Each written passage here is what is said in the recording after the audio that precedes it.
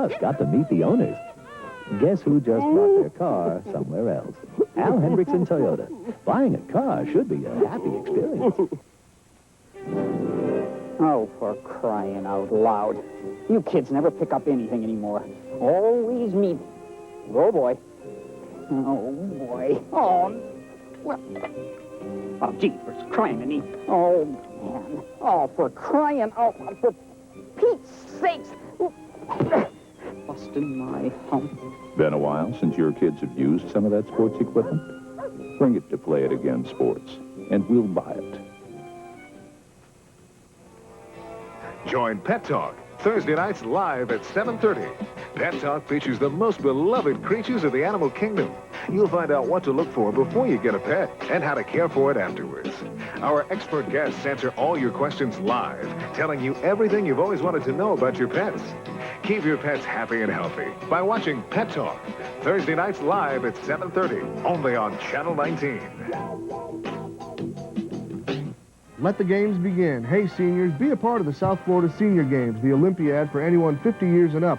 Compete in over 70 athletic and leisure competitions, enjoy social activities and entertaining and spirited opening and closing ceremonies. So don't miss out. No matter what your reason, the 9th Annual South Florida Senior Games has something for everyone. Wednesday, October 21st through Saturday, October 31st, 1998. For more information, call 954-357-8170 or 954-761-5383.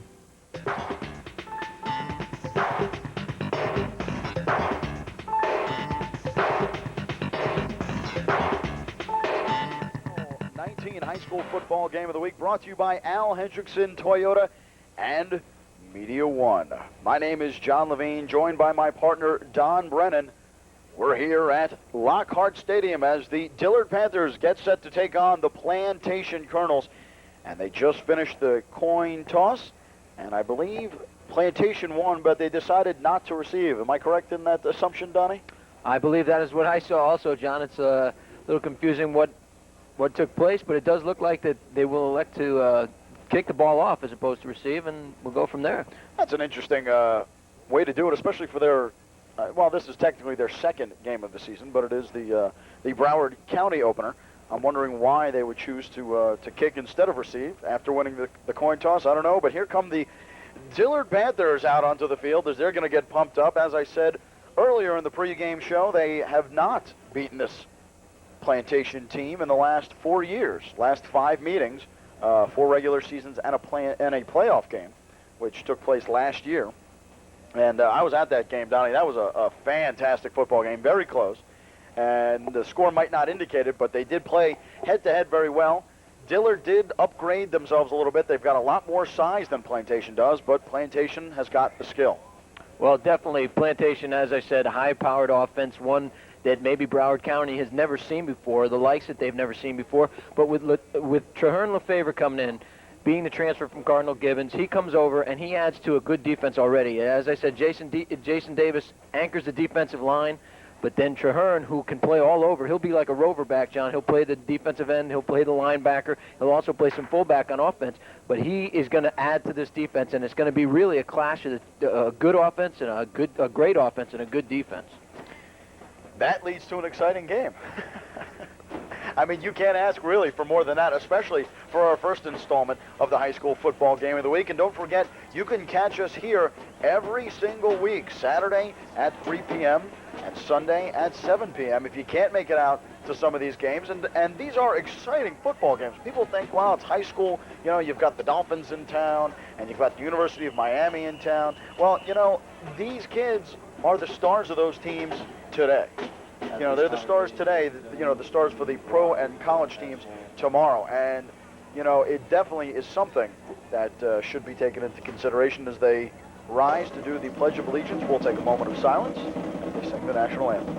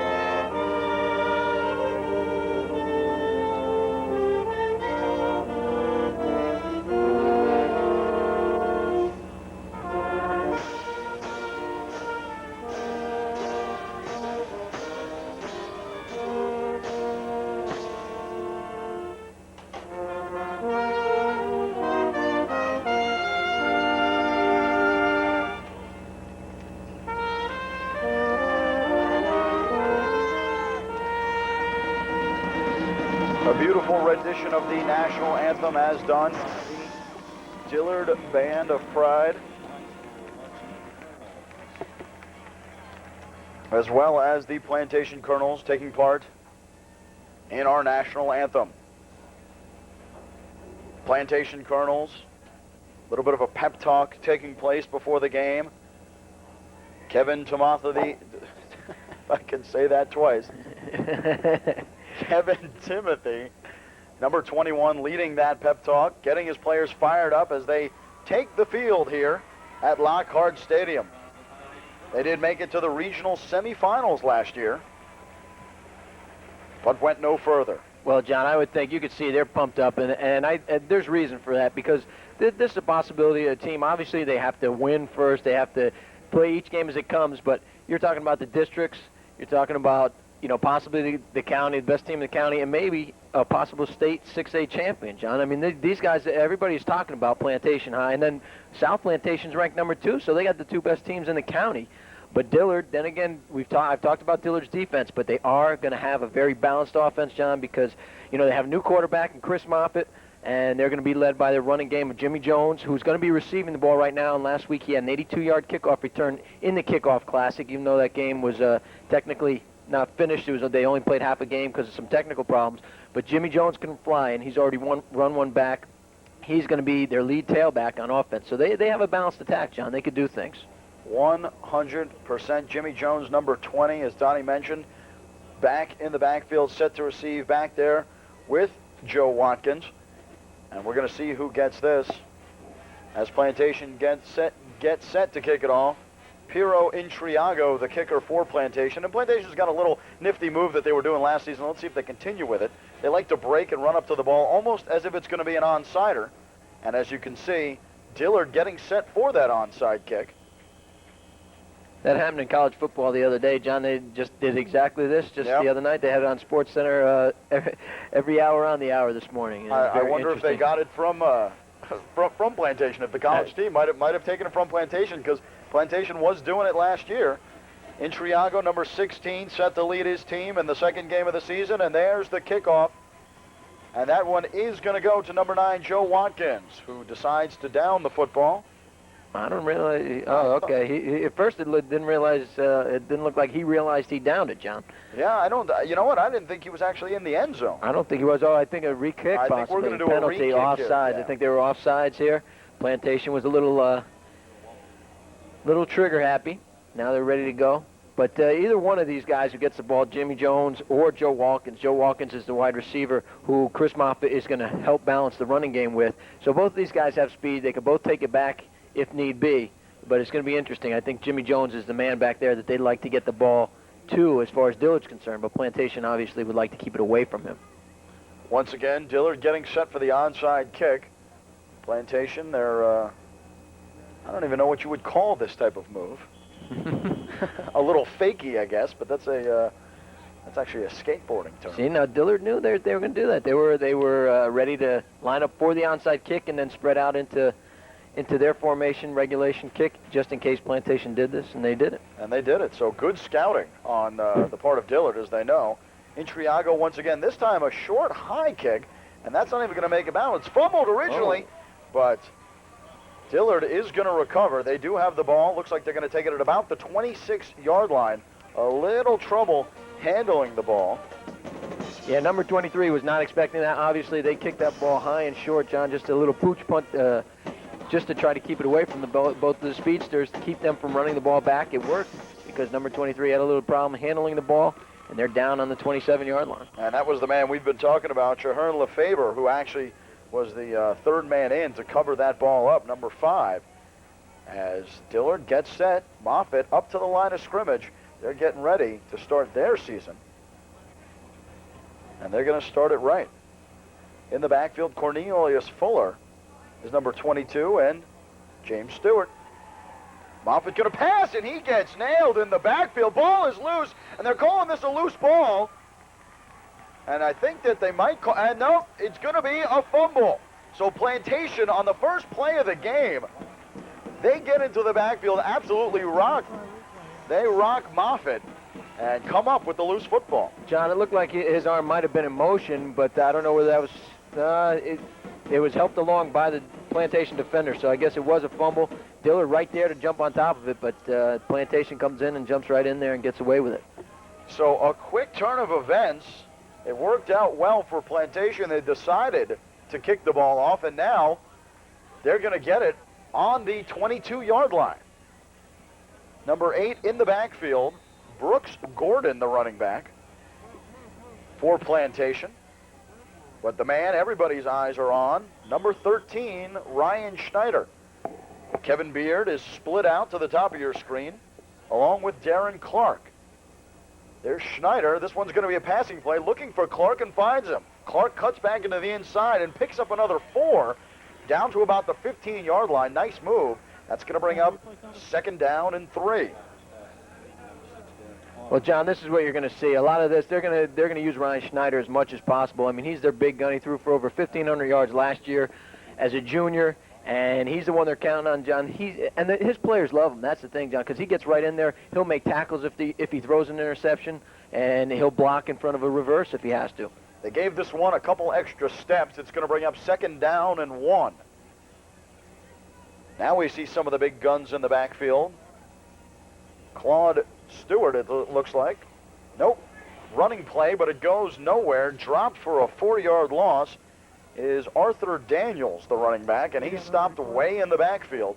That's going to be a loss of about 5 yards. John, Thomas Matthews just came through that line and just pummeled him. He knocked him down for a loss. He had some help there from one of his teammates, but they came right through, and that's what you got to look for. This defense is big, and they're quick, and that's one of their strengths, John. Looks like Arthur Daniels going to come out of the game. That's going to bring up 3rd down, and it looks like about 4 yards to go. That's where they're going to spot it. The marker is at about the 15-yard line. They need to make it to about the 7. Schneider again, getting the team to jump off sides, it looked like, but I don't see a flag thrown. Passing play was good enough for the 1st down, it looked like, from where we're sitting, but we're going to see if they're going to give him the forward progress. Schneider's indicating it was a 1st down. John, it's going to be touch and go. I think actually it looks like he may have been a little bit short. At least they're going to measure, but I believe it may be a little short from where if they give him the bad spot, like you said. Well, from the replay, it looks like he might have it. We'll see what, as he said, nope, they're giving him the 1st down. So it is going to be 1st down and 10. The ball spotted at the about the 12-yard line. Well, since they're close to the goal line, John, you're going to see a lot of these short passing, and I think take the defense out so the defense doesn't know what to do, and then they'll hand the ball off, try to hand the ball off when defense is looking past. But I think as the game goes on, you're going to see them pick apart the defense a little bit with these little passes, and then you're going to see Ryan Schneider try to go deep to Kevin Beard. Well, Beard and Daniels split to the bottom of your screen. Arthur Daniels, the running back behind, and it's a play to him. Daniels again stopped in the backfield, this time by number 52, Cardell Bynes. Well, it is just not happening for him, John, as far as the running game's concerned. And this is Ryan Schneider who's going to have to pass and be successful at that because it looks like they have the number as far as the running game's concerned. Dillard's defense does. Daniels dropped for a 2.5-yard loss. They're going to spot this one up around the 14-yard line. That's going to bring up 2nd down and 13 and a half, we'll call it. Arthur Daniels still in the game. This time Schneider in the shotgun.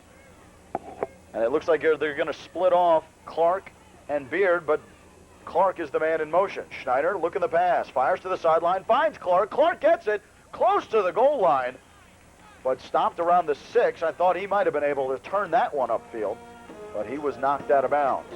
Well, John, he just made a really nice catch. If you see, it looked like it was going to be a tough little catch, but he caught it on his hip very nonchalantly. So these guys have their confidence, and that's good because Ryan Schneider is going to be going to him all night, and that's going to mean something. We have yet to see Schneider find his favorite target, and that would be Kevin Beard. Well, as you said, Dillard's done some scouting, John, and I think they know that connection's the main connection. They're going to try to do everything they can to keep the 2 number 1 guys from hooking up. Anthony Owens, listed as a defensive back, now split out wide receiver. Play action, fires, looking. Touchdown, Beard. That one is 6-yard touchdown strike. Ryan Schneider to Kevin Beard. in the corner. Well, John, it started with a fumble, very early fumble. Dillard giving the ball away, and that's something that can't happen because this Plantation team doesn't seem to have any weaknesses to begin with. And if you're going to give them the ball, then that's going to be a problem. It's going to be a long night for Dillard if they continue to do that. Another odd formation for Plantation as they go for the point after attempt. There's only one person lined up on the line, and now everyone comes and joins the long snapper. Seemed like it would have been easy to block had they stayed in that formation, John. Brian Schaefer's the holder, puts the ball down. Intriago puts it up, and that makes this a 7-0 Plantation lead over the Dillard Panthers. 8:44 left to go in the first quarter. And there's Intriago, the man responsible for the extra point. So an interesting turn of events, wouldn't you say, Donnie, as Plantation decides not to get the ball and then ends up getting it. Yeah, I mean, that's very interesting, especially with their offenses. I mean, that's their strength, John. You would have figured they would have taken it, but I guess they have, and I guess it was borne out, but they have confidence in their defense as well. Like I said, there's no glaring weaknesses on this Plantation team, and that's one of the reasons why they're favored so highly around the state. Walkins and Jones in the backfield, set to receive for the Panthers. They ran out to the 10. Now they're coming back up, eagerly anticipating the move, as I guess we'll call it, the move. Intriago, there it is. And once again, they stop short. I guess at some point, John, they're going to do it, and that's why they do it. Why they do this is because you're always going to have to worry about the possibility of the onside kick. It's always got to be in your head, and at some point you're going to fall asleep, and they're going to do it, and they're going to recover. Plantation linebacker Shandon Hood on the trainer's table as Intriago pooch punts it, but Jones gets his hands on it. Nice play. Excuse me, that was Walkins. Walkins ended up getting his hands on the ball, had to come up to make it, but he actually went nowhere. Good return coverage by the Plantation Colonels. This one's going to be spotted at about the 22-yard line. Check that. We'll call it the 24. They're moving it up just a drop. Well, John, now we get to see, we've seen one play of the Plantation defense, but Fred Stirrup, defensive lineman for Plantation, because their offense gets so much notoriety, he doesn't get much play, but their defense is led by Fred Stirrup. He's also a Super 11 pick.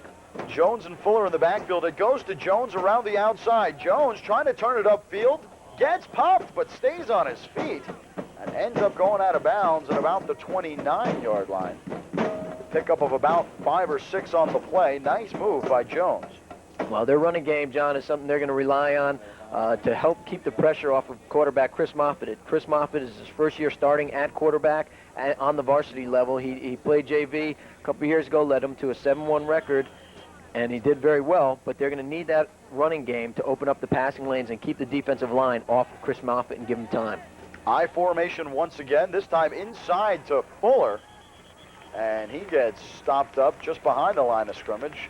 Drops for about a loss of 1. So they're going to bump this one back to about the 26.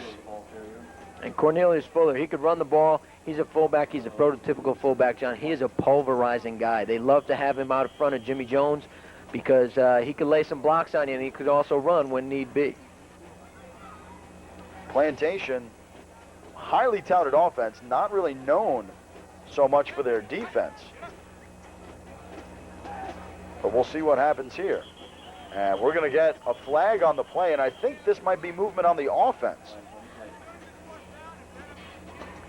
Yeah, somebody jumped and pulled the defense off, so I believe it had to be a legal motion. Foul, encroachment, defense, They're going to call this one against Plantation. And it is going to be offside, so...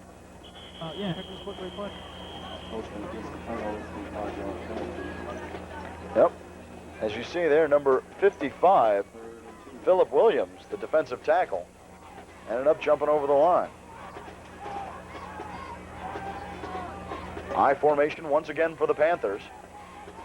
Moffitt hands off again to Jones. Jones makes a nice move, tries to cut it upfield, but really goes nowhere. Wrapped up that time by number 87, Richard White. So this one make it maybe back to the line of scrimmage. It's going to be a long night for Dillard, John, if they can't run the ball, because that's what's going to open up their offense. And Plantation so far, as you talked about, the thing is with this Plantation team is that Ryan Schneider and the offense gets so much publicity and so much notoriety that their defense has to take a back seat. But their defense is very solid. Like I said, there's no glaring weaknesses.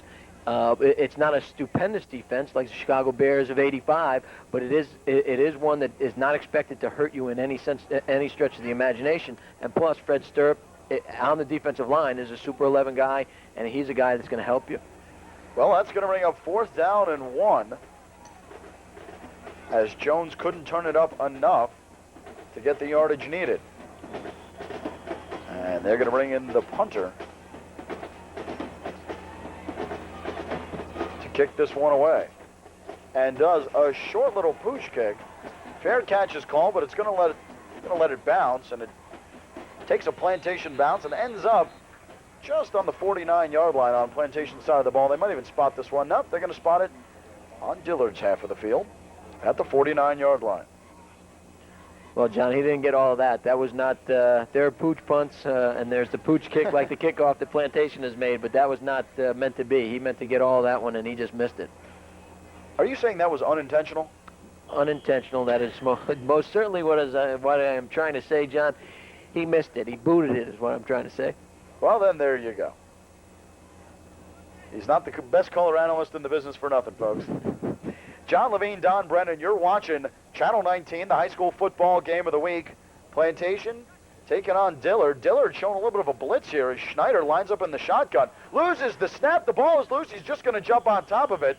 Plantation retains possession, but the ball's going to be moved all the way back to the 40-yard line, a loss of about 11. John, Jason Davis, one of the first ones back there, but on a snap like that, it's tough. It's something you work on all during practice, but once you get into the regular season, it's a new kind of ball game, new kind of pressure, and that one got away from the center. Nice play by Schneider to make sure he got on top of that one. And that's a veteran center there, John, and Tony Caggiano, he's one of the returning starters from the offensive line, so that's something you don't look to see from him. Schneider once again lined up in the backfield. Going to drop back to pass on 2nd down and 22. And that one fell short. Might have been tipped somewhere in the backfield. Yeah, Traherne Lefevre, the big guy for this Dillard defense. He and Jason Davis, and Traherne got in there on that time and rushed Ryan Schneider. May have got a piece of his arm or the ball, John. So this defense looking much better on this drive. They're keeping Ryan Schneider at bay and not letting this Plantation offense open up at all. And that's going to be Dillard's main focus right now, is containing Schneider. If you contain Schneider, you contain Beard, so it's one or the other. Schneider once again lined up in the backfield, the shotgun formation. We've got flags flying all over the place. Looked to me like it's going to be offsides on Dillard, but who knows? Well, John, looked like the little leg lift to set the receivers in motion by Ryan Schneider threw the defense off, and they jumped. And that's what it is going to be, offsides by the defense.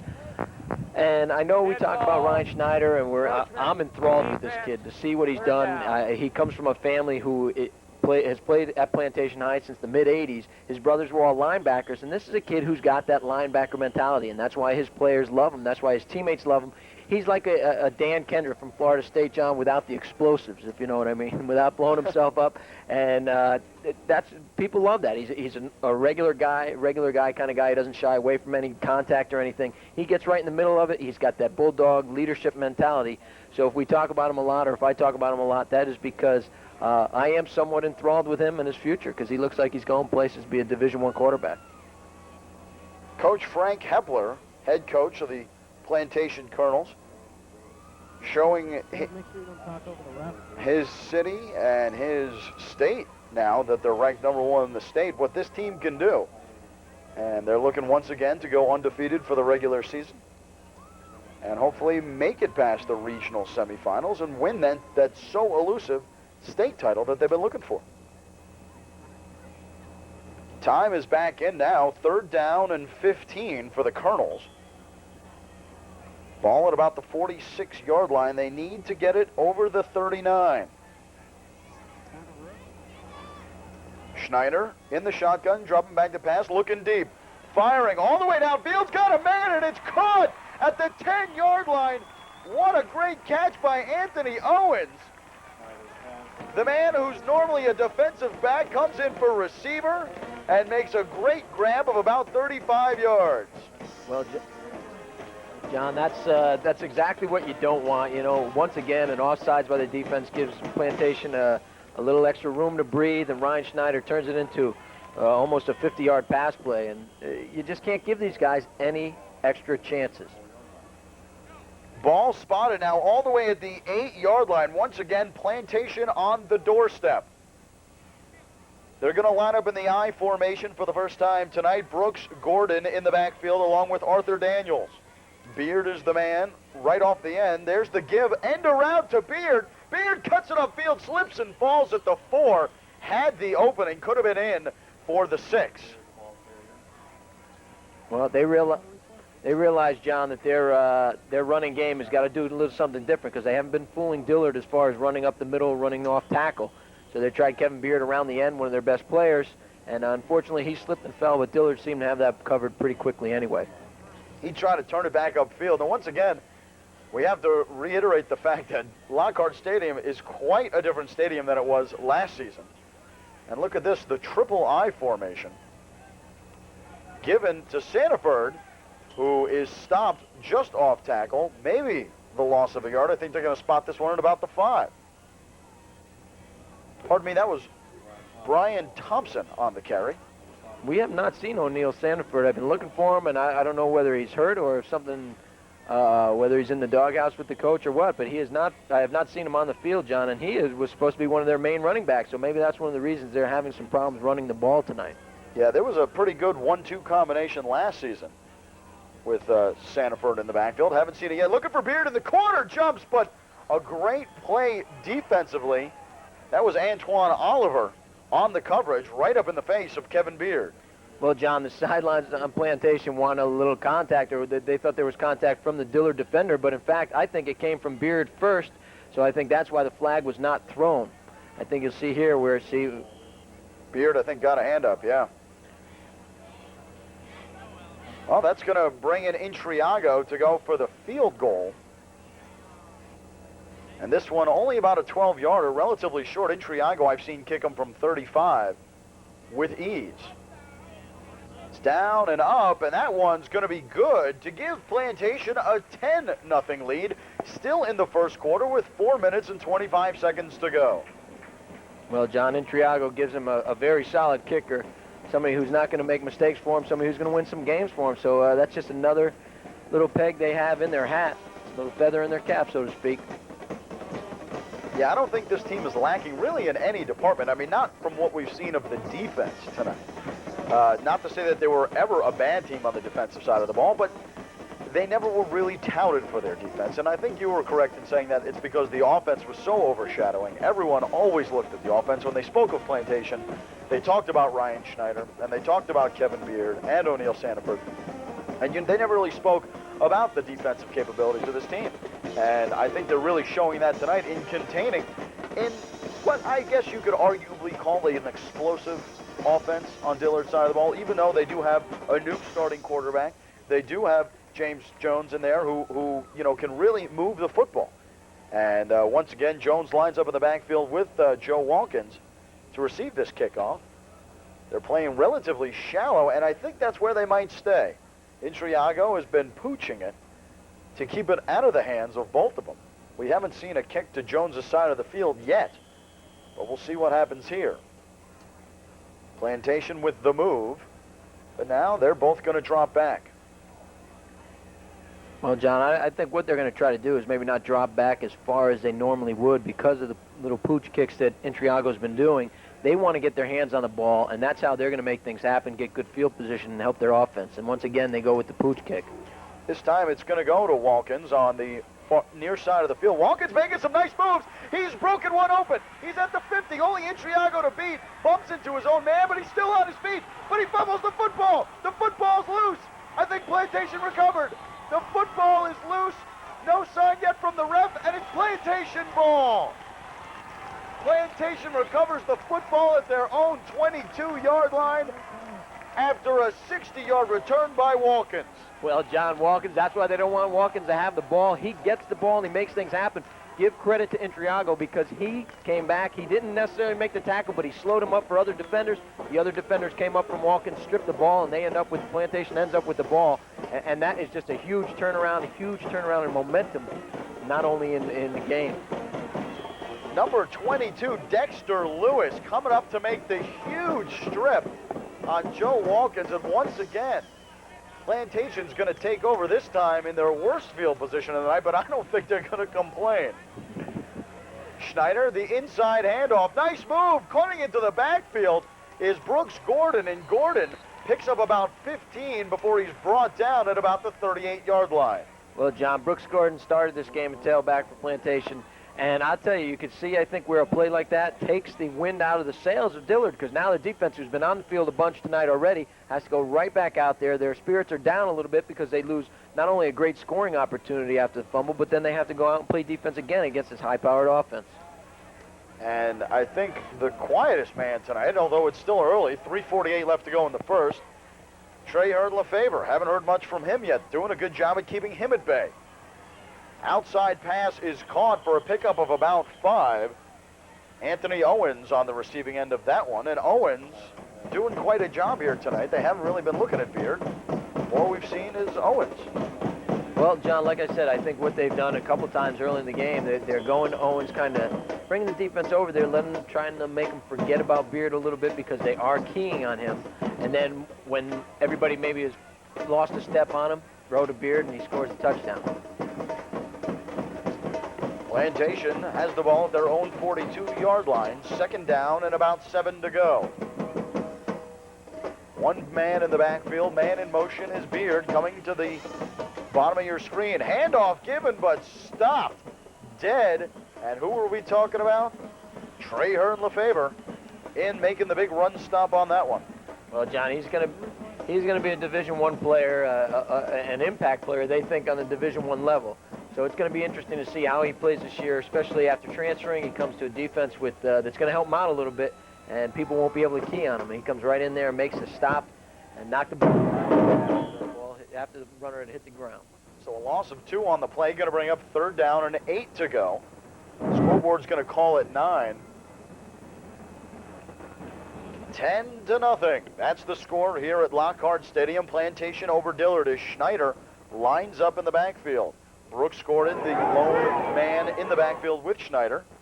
Low snap, he scoops it, looking for Beard's, got him. The defender fell down. Beard makes a couple nice moves, cuts it back upfield, and picks up about 18 yards before he's brought down at about the 36-yard line. John, that pass was made by Kevin Beard out of respect. Jeff Roper, the defender, slipped and fell, but he was like 5 or 7 yards off him already, and he was going to make that catch, and that's out of respect for Kevin Beard's speed and playmaking ability. So right there, that has had an effect on the defense already. But there's a flag down in the backfield. I think this one might be coming back.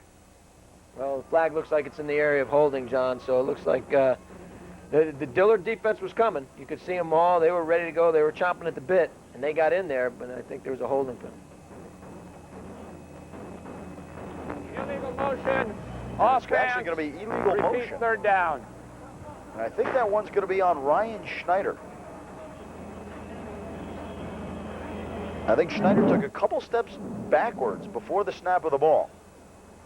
And that'll do it.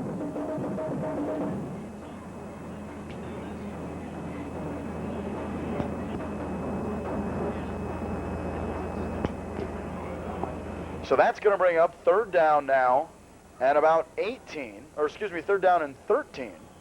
They need to get the ball almost to midfield, to about the 49-yard line for the 1st down. And right now they're mired at the 36.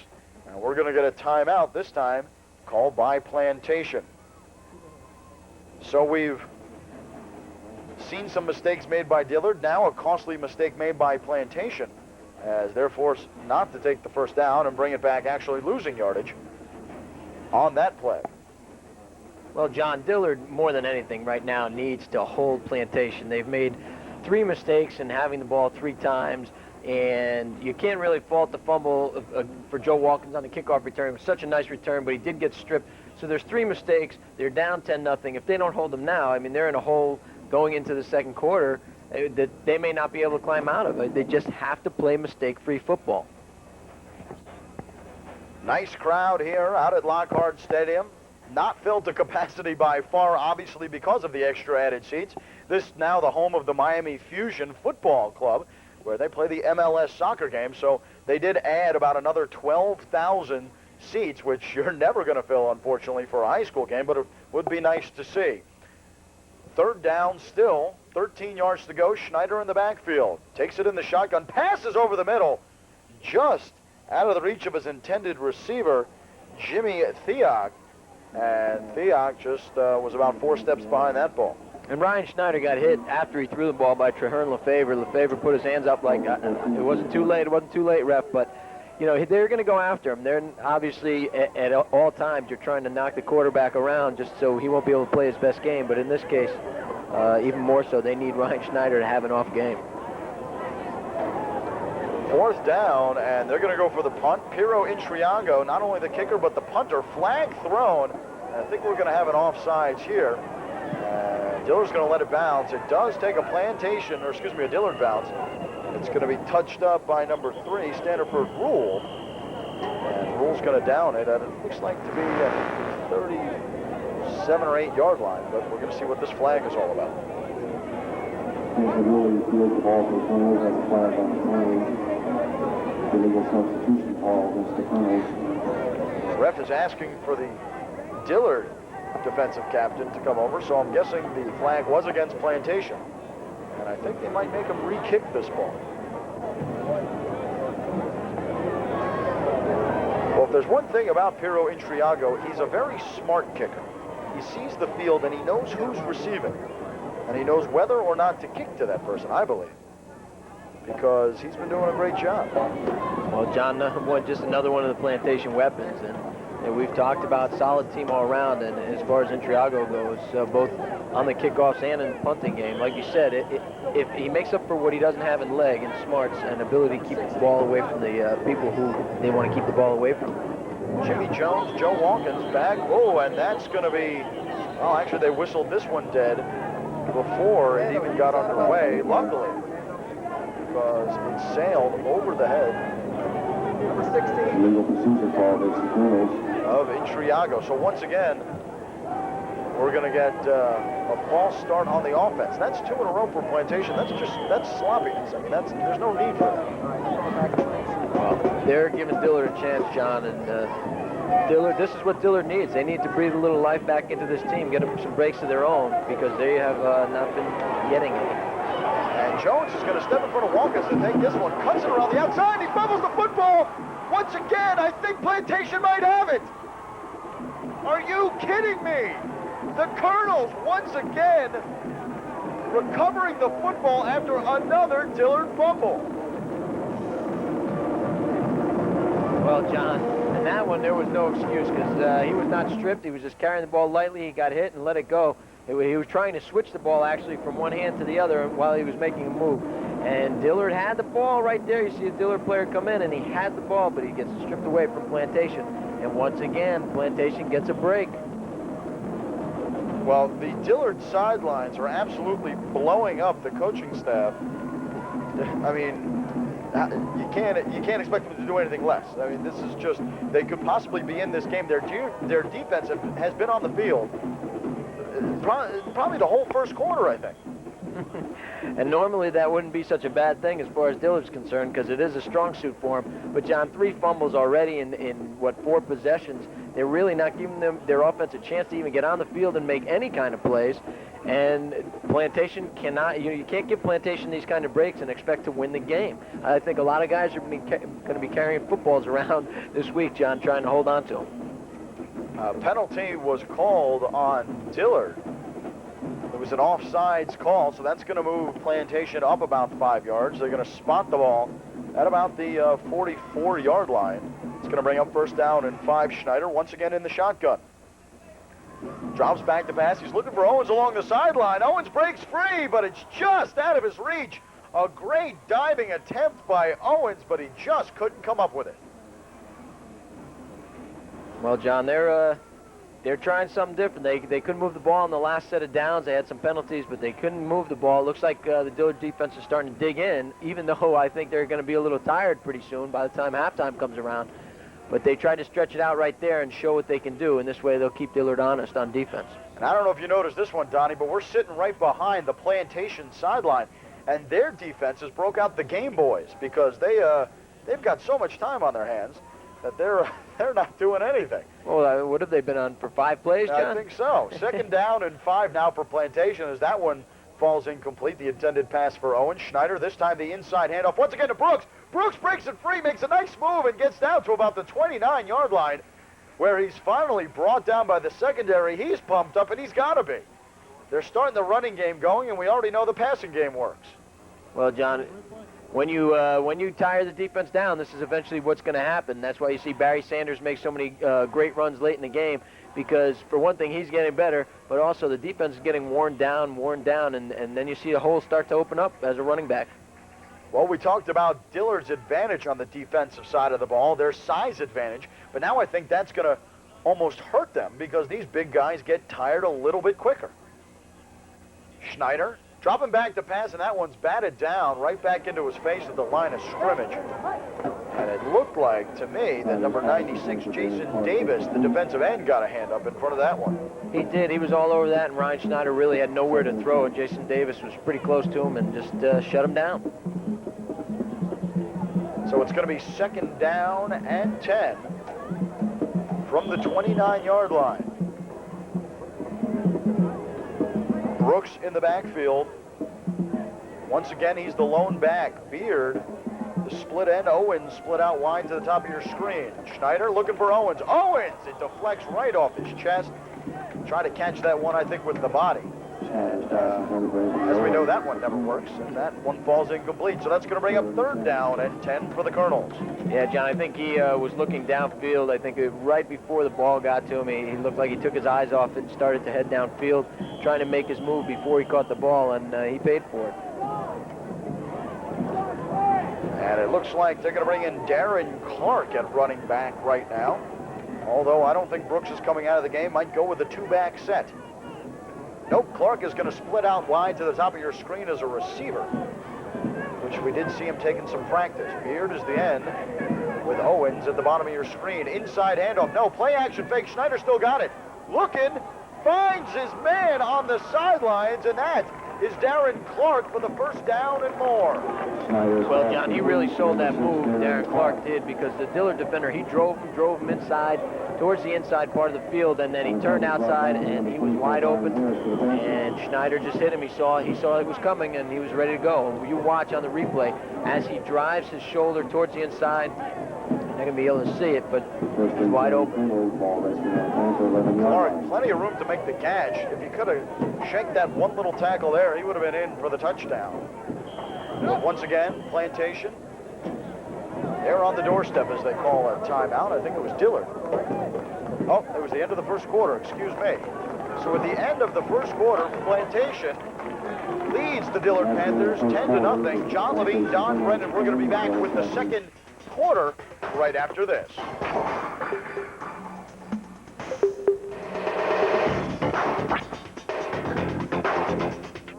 Feel a bit overlooked when you go to an auto superstore?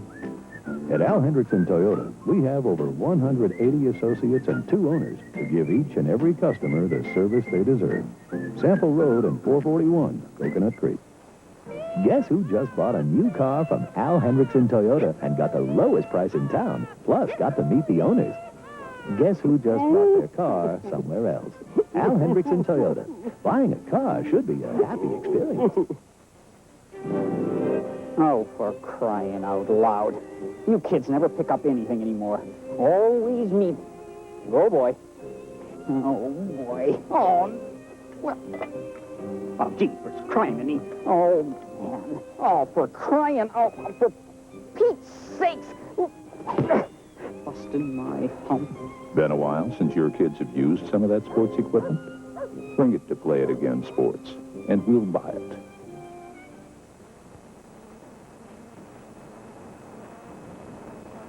Here at Lockhart Stadium, John Levine, Don Brennan, for the 2nd quarter of this game. just about to get underway. Plantation switching sides of the field, but still some great field position as they're on the doorstep. Ball spotted at about the 12-yard line. And I don't know, the way it looks here, Donnie, there's really nothing I don't think Dillard can do to stop this team as they're looking for, oh, big hit. The intended receiver, Darren Clark, once again had the ball in his hands, but it just slipped down as he was pummeled right at the goal line. Yeah, you'll see that Ryan Schneider lofted this up a little more than he probably would have liked to. It gave the defense time to come under the ball and take that shot at Darren Clark. So that's going to bring up second down and 10 from the 12-yard line. Plantation can get another first down without a touchdown. 11:55 left to go in the second quarter. Schneider in the shotgun. Looking the pass, looking over the sidelines, finds Beard. Beard tries to turn upfield, but he gets pummeled. And it's going to bring up third down and about 5 as he takes it to about the 6-yard line. Johnny Lamar just laid a hit on him, John, there, and hit him before Kevin Beard was able to turn his shoulders upfield, and that's what you want to do with any good receiver. You don't want him to get his shoulders turned upfield, get a chance to make some moves on you, and he just pummeled him and stopped him. With third down, John, they really have to hold him and make him attempt the field goal because they're going to be down big if they don't. Well, we're getting a timeout here on the field, and it's going to be an official timeout. The reason why. We should see why. The official's talking about something.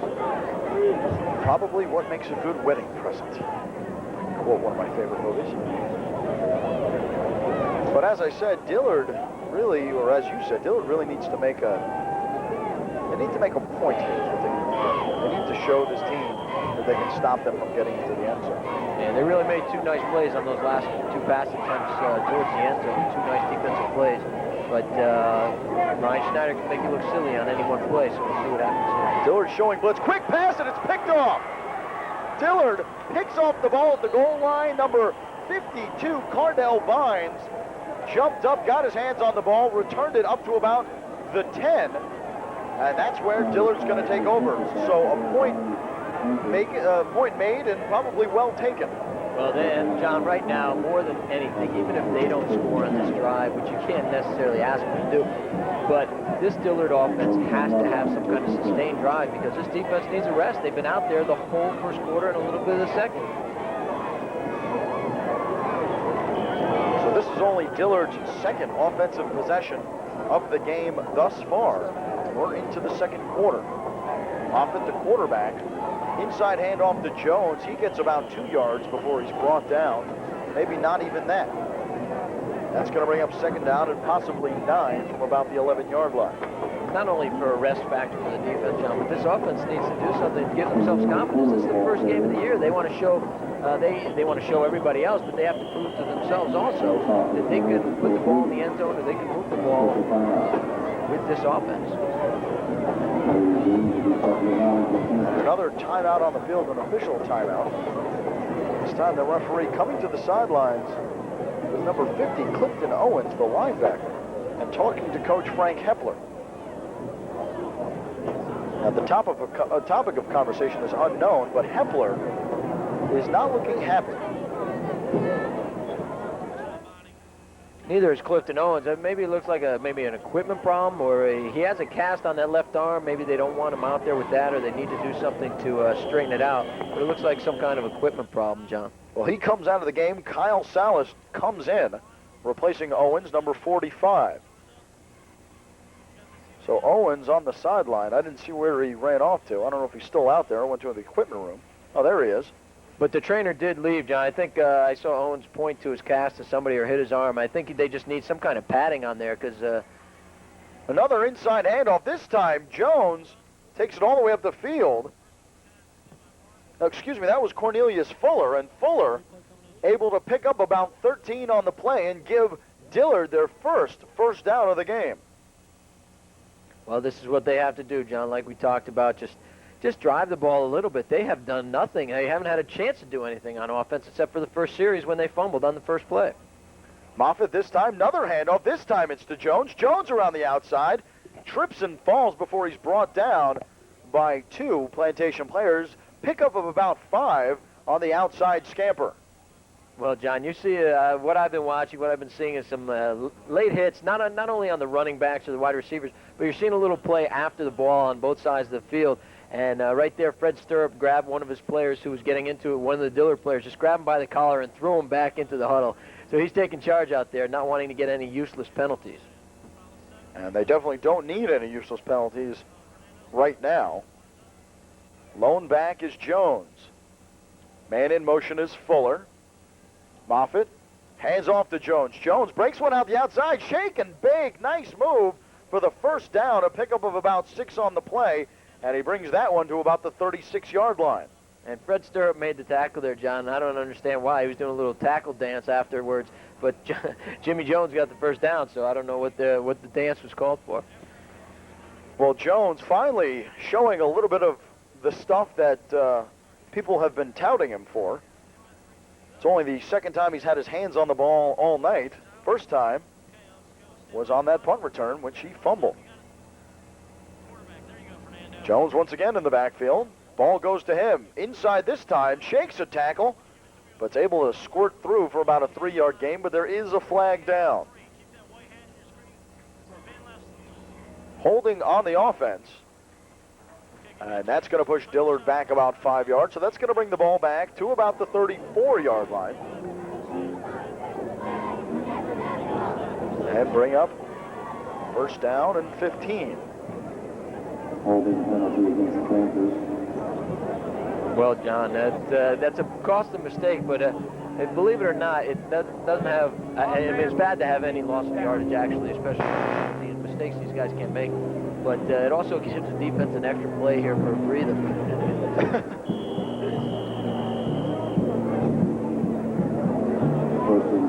8 minutes and 40 seconds and counting in the second quarter. 10-0 Plantation over the Dillard Panthers. Dillard driving for the first time tonight. Jones, the lone man in the backfield. Excuse me, that's Fuller, and the ball goes to him. Fuller tries to squirt free, does, makes a nice move and cuts it to the outside. He gets back past the original line of scrimmage all the way up to about the 40-yard line. So that was a gain of about 7 on the play. And that's going to bring up second down. No, actually, you know what they're going to do? They're going to spot this. It's a pretty bad spot if you ask me. They're going to drop this one all the way back to the original line of scrimmage. That's going to make it second down and 10. John, I thought he got to the 40. It looked like he was falling, but maybe his knee hit the ground before we saw it. That is a spot I wouldn't expect. Well, nobody can be happy with that as Moffitt once again gives it inside, this time to Jones. Jones breaks it up past the 40, all the way up to about the 41 where he's brought down. And that was third down. They're a little late on changing the signs on the other side of the field. Well, John, one of the things, it hasn't looked like it on this drive, but one of the problems or one of the deficiencies in this Dillard team may be the inexperience of their offensive line. They're big. They average 270 pounds, and they're led by tackle John Zarandona, who is a returning starter and a standout player. But they are inexperienced, but they are showing a little bit of good play here on this drive. Jones, the lone back, 4 wideouts for Moffitt to choose from, as it's a 3rd down and 6 situation. Moffitt now looking to pass for the first time. Looking for the sidelines, got him in, it's caught! What a play, this time by number 6, Devon O'Neill. A pickup of over 40 yards as he gets that one all the way down to about the 20-yard line. Well, you got Devon O'Neill and Joe Watkins on either side for their wide receivers, and that's where the balance comes in, because they got Jimmy Jones in the backfield along with Cornelius Fuller to add a potent running game, and then you have the 2 quick wide receivers who can make a play at any time, and that's going to be one of the strengths of this team, John. And Moffitt showing everybody why he deserves to be the starter. That pass right on the money as he hit O'Neill in stride. That gave him the first down. They spotted the ball where he originally hit the ground. He slid for about 4 yards, but they're going to spot him at the 24. The give to Jones on the outside. Jones brought down by about 4 players, but not until he picks up almost 6 on the play, it looks like, from here. And I think they might spot this one all the way down near the 15-yard line. Close enough. It's at about the 16.5. That's going to bring up second down and about 3. Dillard still down by 10. 10-0 game with 6:04 left to go in the second quarter. Well, John, this is just what they need. The shot in the arm they really need. They get a great play on defense to stop Plantation from scoring, and then they have a long drive, which looks like a good possibility of them scoring. And this is what they need. And flags are flying here as they're jumping all over the place. Let's see what the referee has to say. Dead ball, encroachment, defense, first down. And that's going to give Dillard the first down on the Plantation gaff as they jumped off sides on the play. And we've got a timeout on the field. I believe this one is going to be charged to Dillard. Good.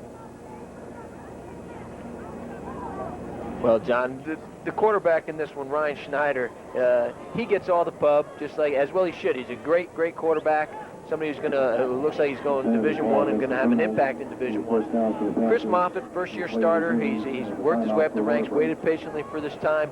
And Frank Hepler had him at summer camp. The Plantation coach, Hepler, had him at summer camp. And he knows what he could do, and he's a little leery of him. He knows he's got some talent, and he can make this offense work. Well, he's been showing his talent the last couple drives, or excuse me, the last couple plays during this drive. This is truly it is their second offensive drive thus far in the game, but they've really shown their stuff in this drive. It's been a pretty balanced attack. They've passed when they needed to, and they've run the ball quite successfully. Well, that's what's going to get them where they're going to go, along with this strong defense, John, is if they have to use that offense to the best of their abilities, to balance the talent they have at the wide receivers and at running back. They're going to have to keep the defense at bay at all times, never let them know what they're doing, and use that to its fullest. And another discussion going on between an official and Frank Hepler. This time seems to be involved with Fred Stirrup, as Stirrup comes to the sideline.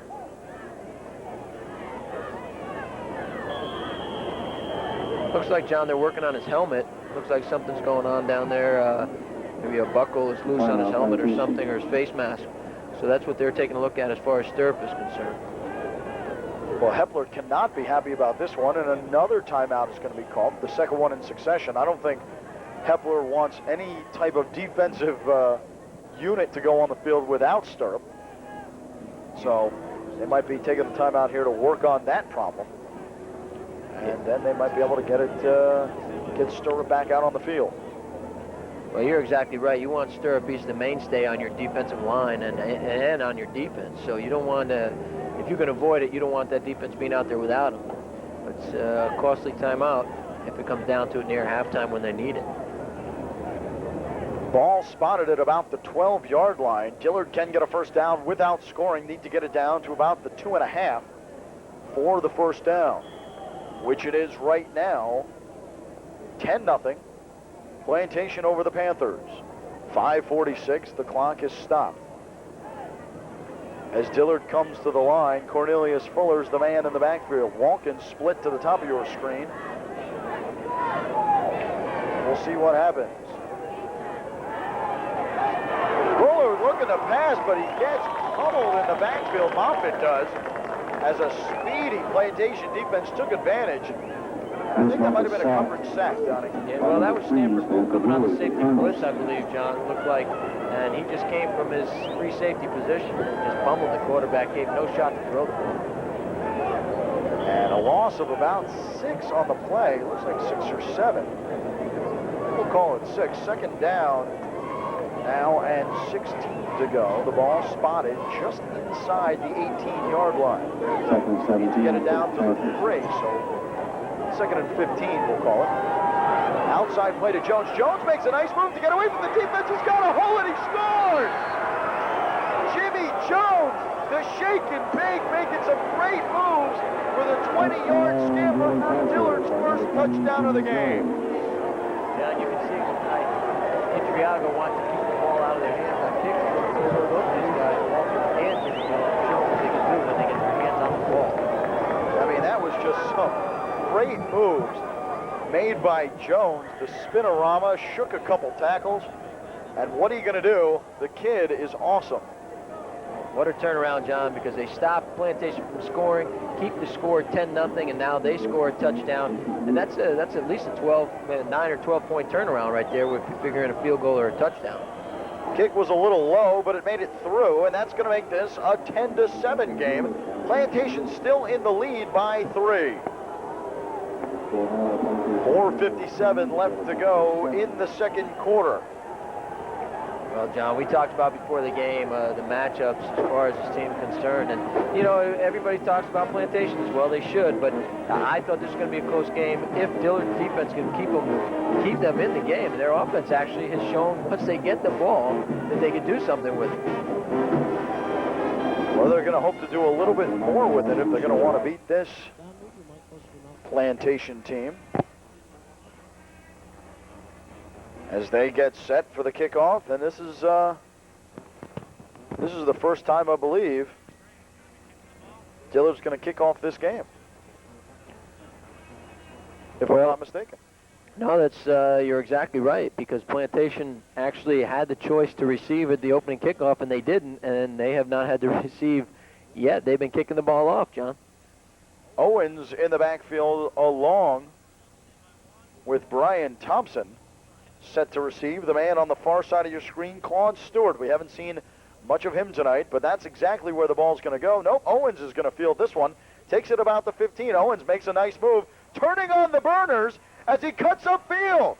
Only the kicker to beat, and he's not going to beat him. Kicker ended up slowing him up just enough for the Dillard defense to get a hand on him.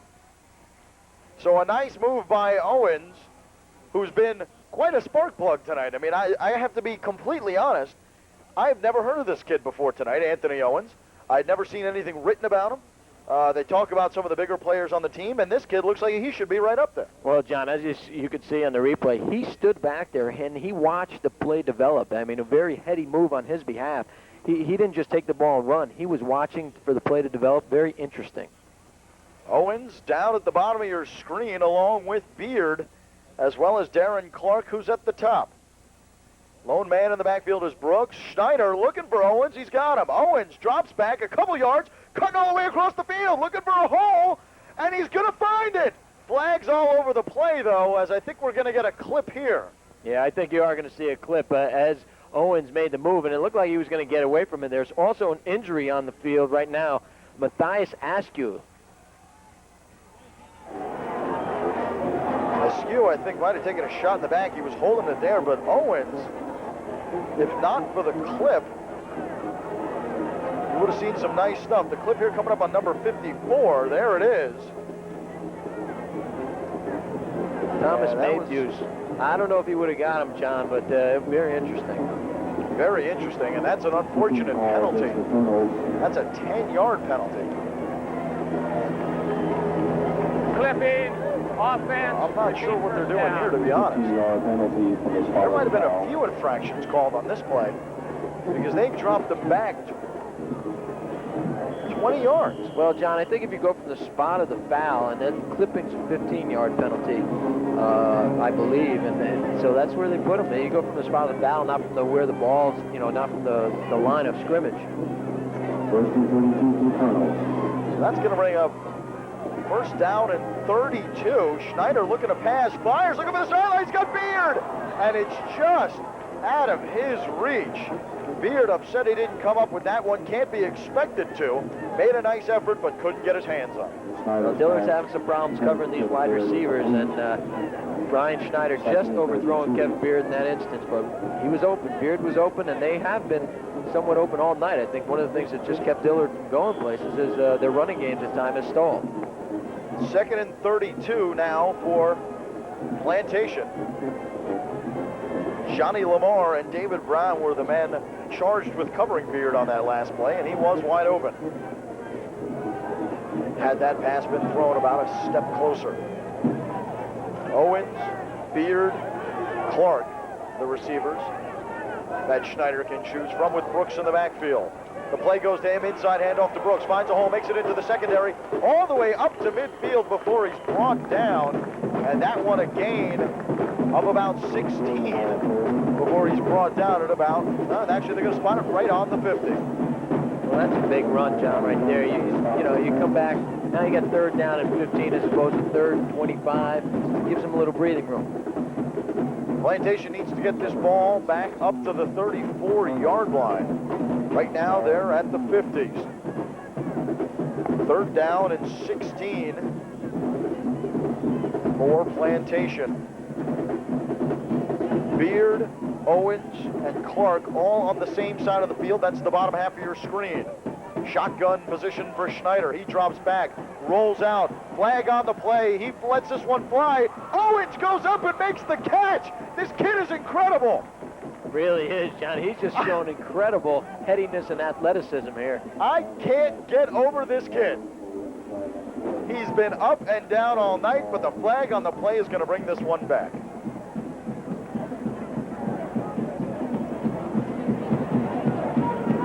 John, as far as this offense is concerned, like you said, he's one of the guys that you didn't hear a lot about. You heard a lot about Schneider, you heard a lot about O'Neal Sandiford, the two other receivers, but not as far as Anthony Owens is concerned. His name was not a big mention. I'll tell you right now, it's going to be a big mention tomorrow. Oh, he's going to get a nice write-up in the paper as he deserves it. I mean, because he was he was in the midst of three people. And he jumped up and made that grab. Well, you know, right now it was for nothing because of the flag on the play, but what a game he's having. He comes out now. He's going to take a little bit of a breather. Plantation lines up again. They're going to bring this one all the way back. I don't know what the flag was for there. I think it was. Oh, Schneider gets popped. The ball comes loose, and they're going to whistle this one dead. That flag, the last flag was for holding, John. They had him right away. The Dillard defenders were on top of Schneider, and there was a hold, but I think it was a necessary hold to keep the Dillard defense away from Schneider. That enabled him to get the pass off, but there was a hold. So that's going to bring up fourth down and a long 22 yards. No way they're going for this one. Intriago's going to come in to punt this ball away with 3:04 left to go in the second quarter. Still a 3-point game. Plantation on top 10-7. Almost blocked. Intriago just gets it off. It's going to take a Dillard bounce, and Plantation's going to hang on to this one. Well, John, the tide is turning, and Dillard turned around pretty quick with that drive. It gave their defense a little breather, gave them some life, cut the score from 10-0 to 10-7, and now they got the ball again with good field position. So if they have any kind of sustained drive like they did last drive, then this game's going to be a close one. Ball going to be spotted at the 47-yard line on Dillard's side of the field. First down and 10 for Moffitt and the boys. And we're going to see what they can do with this one here.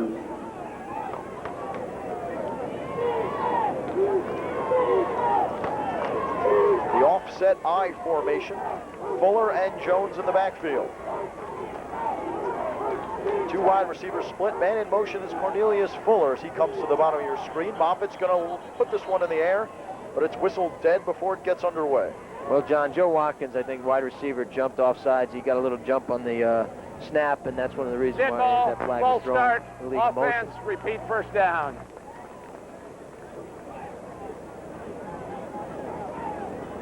So they're going to bring this one back about 5 yards. Not about, 5 yards exactly to the 42-yard line. That's going to bring up first down and 15 from the 42. 2 minutes and 55 seconds left to go, just before halftime. I formation once again. Handoff inside to Jones. Jones finds a big hole, cuts to the outside. He's got running room. He's across midfield to the 30, but he's pushed out of bounds just barely by Kamari Daly. Well, John, there was a block at the beginning of that run in the backfield by number 61 offensive lineman. Just laid somebody out and opened the door for that run right there by Jimmy Jones. And bad news for Plantation as Fred Stirrup comes limping off the field, now being attended to by some of the trainers on the sideline. But he's holding that leg, and he doesn't look like he's happy. Well, John, Clifton Owens also, their linebacker who came out for what we thought was an equipment problem, and I think it is an equipment problem, but he's still not out on the field, so that's got to hurt them also. Stirrup still on the ground on the sideline as Moffitt hands this one off on the inside, but it goes nowhere. And it looks like might have squirted up for a gain of about 3 yards. That was Cornelius Fuller on the carry, and that's exactly what it was, 4 yards. Ball now spotted at about the 23-yard line. That's going to bring up second down and 6. Second and 6. Well, John, once again, they just start moving the ball. The Dillard offense, something that people weren't sure what they were going to, if they were going to be able to do this, and they really are on this Plantation defense. Devon O'Neill and Joe Walkins split up to the top of your screen. Fuller's the man in the backfield. Moffitt looking to pass, looking towards the top of the screen. Launches one for the end zone. He's got a man, but it's overthrown. Oh, he had him wide open, John. And the thing is, the Plantation defense saw a running back in the flat, and they thought that's where Moffitt was going to go. And I think he looked them off of the wide receiver. They went to cover the man in the flat, and the wide receiver was wide open. Devon O'Neill was the intended receiver. He was wide open in that corner. You'll see, John. I think, see how the Plantation defenders all of a sudden just go for that, for the running back in the flat, and it looked like that's where Moffitt was going to go. He did a great job of looking the defenders off the ball. That one about 15 feet off of the receiver. Third down now and 6. Moffitt inside handoff to Fuller. Flag on the play as Fuller squirts into the backfield. Does pick up the first down, but we're going to have to wait and see what the flag is all about. Well, it's right in the middle, usually holding in that area.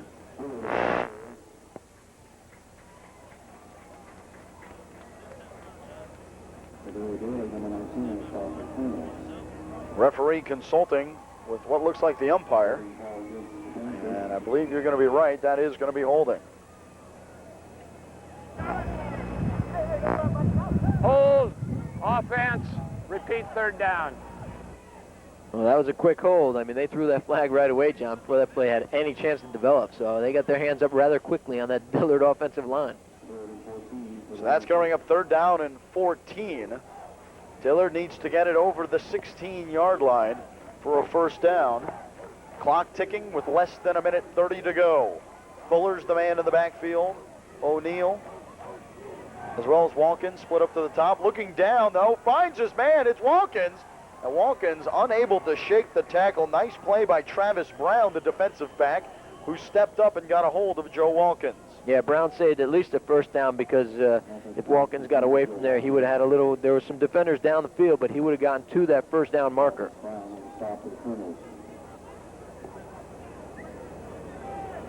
And you see the pocket converging, John, around Dillard quarterback Chris Moffitt, but they say he is a very good pocket quarterback. He hangs in there, he hangs tough, even with the defense in his face, and you saw it right there that is the case. Crowd now almost at capacity on both sides of the field, obviously not filling up the end zone seats. Actually, I don't even think that they're open, but the bleacher seats that we're looking at on the far side of the field almost full, as you can see, which happens to be a great turnout here at Lockhart Stadium, which is, as we said, home of the Miami Fusion Football Club. Strange the Miami Fusion team would play up here in Fort Lauderdale, but we've seen stranger things happen. That's right, John. But I'll tell you, it's a good crowd, and that's because they're two good teams. An exciting year, I think, the outlook for both of them, both teams, and it's opening night, and the excitement is in the air. Football is back in South Florida. And looking out over the crowd, actually, I noticed a lot of people who aren't even in high school, just pure fans of the game. Some guys that I actually went to high school with, I noticed they're sitting in the seats just watching one great football game. Fourth down and 7 as Moffitt's going to go for it here. Man in motion is Fuller. Moffitt looking to pass. Defense all over him. Runs out of the pocket, might take it himself. No, passes and makes the catch as Cornelius Fuller for the first down. Oh, nice play by Moffitt. Got away from the defense. They were bearing down on him. He got away, made something happen, and then has the presence of mind to hit his receiver for a first down. Nice play, nice vision by Chris Moffitt. He knew exactly where the line of scrimmage was. He stopped just before he got to it and saw Cornelius Fuller and snuck that ball in there for the first down. Well, I think this is what scared Frank Hepler, or at least what he was aware of as far as Moffitt was concerned. You see that. Knew right where the yard marker was, knew where the first down marker was, and had the presence of mind to get that ball to his receiver. Cornelius Fuller making a nice catch. with the defender, Kyle Salas, all over him. And Panthers called a timeout here, trying to conserve as much clock as possible. As you see the Dillard cheerleaders, the Lady Panthers, I believe they're called, trying to get their fans all pumped up. Get them ready to rock and roll as their team could possibly take the lead or at least tie it here with a field goal. They're definitely within field goal range, but they are right on the doorstep. The ball spotted at about the 8-yard line. First down and goal for the Panthers. Two running back set as the handoff goes inside to Fuller, and Fuller pushes the crowd forward, and I think he picked up about 4 yards on the play. Yeah, nice.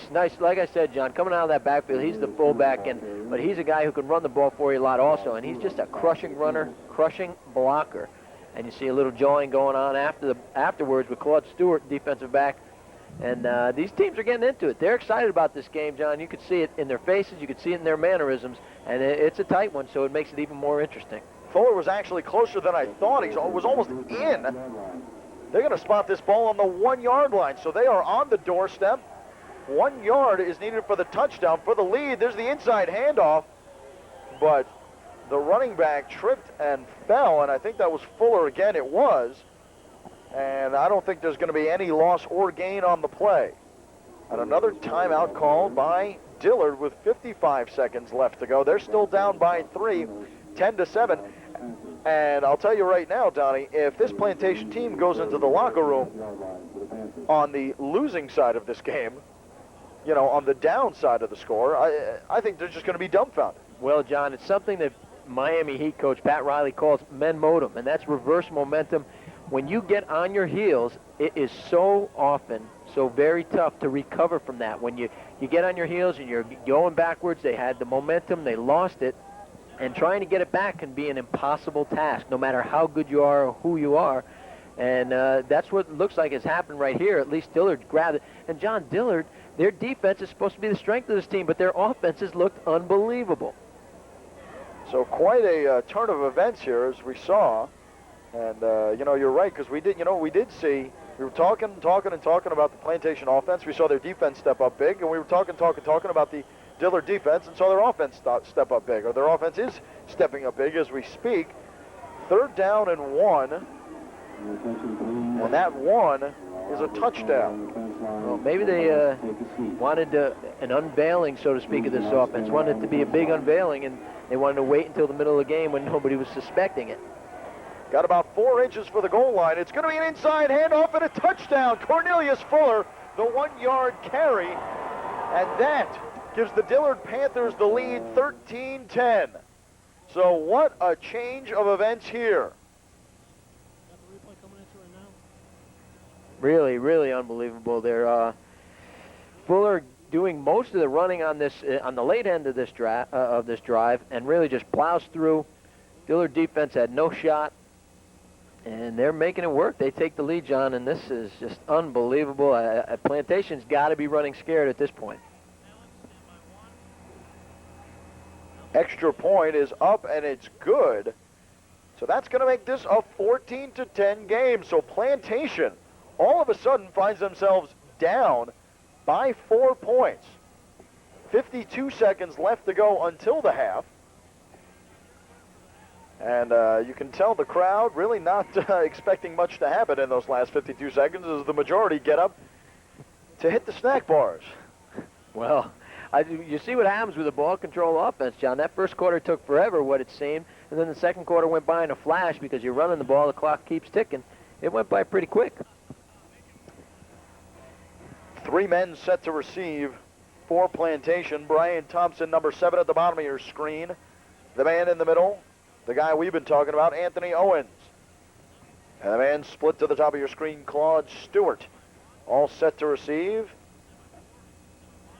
And it looked almost like Plantation was expecting a pooch as Stewart picks up the ball at about the 25, finds a hole, cuts upfield, makes some moves, some nice ones. He gets stopped around the 50, and I think, no, that's just the kicking tee. I thought it might have been a flag. But Claude Stewart making some nice moves to give Plantation some great field position.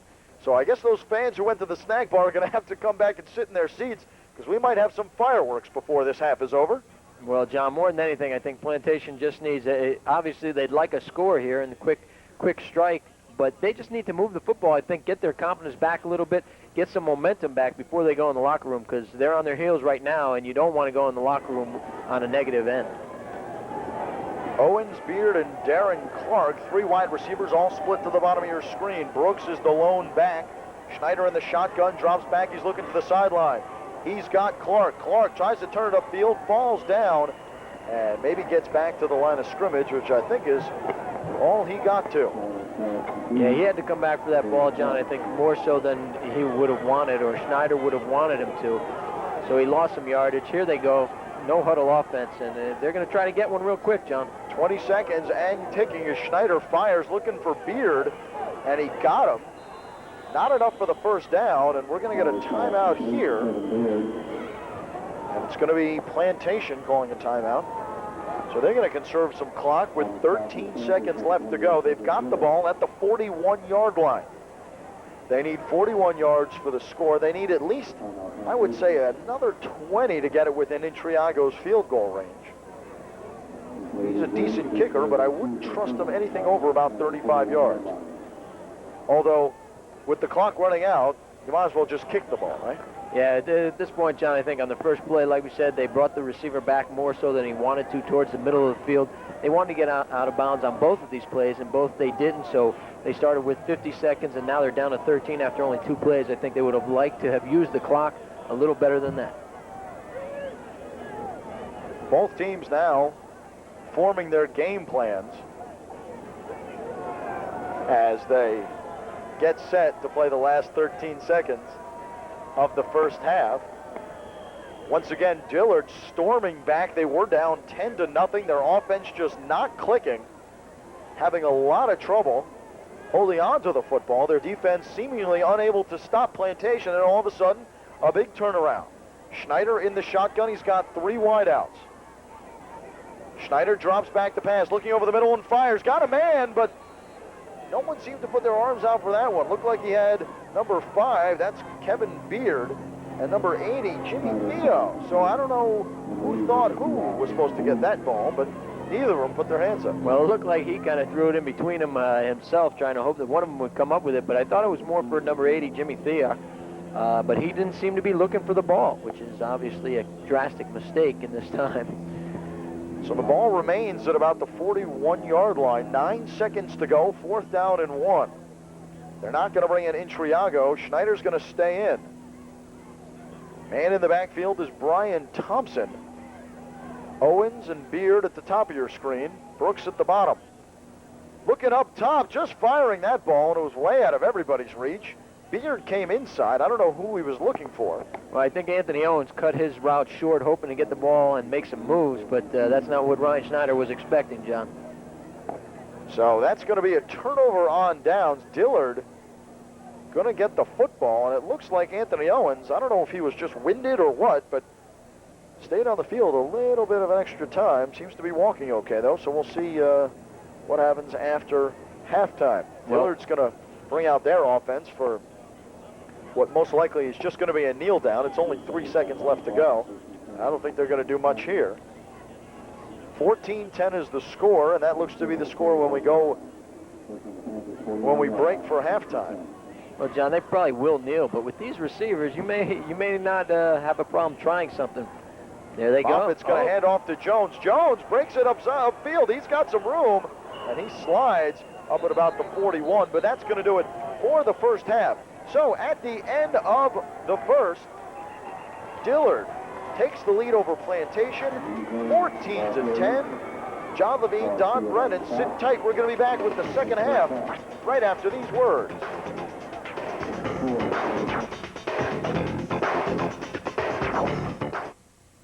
The shimmering Gulf of Mexico, the majestic Atlantic Ocean. These are the settings for the hard work, dedication, and pride of Florida's fishing tradition. Passed down through generations, fishing remains a way of life for those who bring Florida's bounty home to your table. And while their labors may go unnoticed, their harvest is always treasured. Florida's fishermen, from the boat to the dock to your table, their efforts make seafood a part of your life. In our town, we needed to do something about the runoff that polluted our rivers and streams. One thing we did was to plant trees in our yards and along the stream banks. Now the trees filter chemicals, hold the soil in place, and give wildlife a home. You can make a difference in your town, too. For your free Conservation Trees booklet, call the Arbor Day Foundation, toll-free. The foundation will help you plant and care for trees and make life better where you live. Join Channel 19 Saturdays at 2 p.m. for EcoView, an exciting new program about major environmental issues and trends. Each episode explores the latest information in the natural, social, and cultural environments around the world and how these important issues affect us all. Watch EcoView on Channel 19, Saturday afternoons at 2. EcoView is brought to you by the Park and Float Water Bus. Take the Park and Float Water Bus from easy access parking facilities to and from the beach. Just got myself a used auto. They gave me a great guarantee. Feel like I just won the lotto. Check him out and you see. At Al Hendrickson Toyota, we're owner-owned and operated, and we personally stand behind every hand-picked used vehicle we sell. You gotta love that. Al Hendrickson Toyota, Sample Road and 441 in Coconut Creek.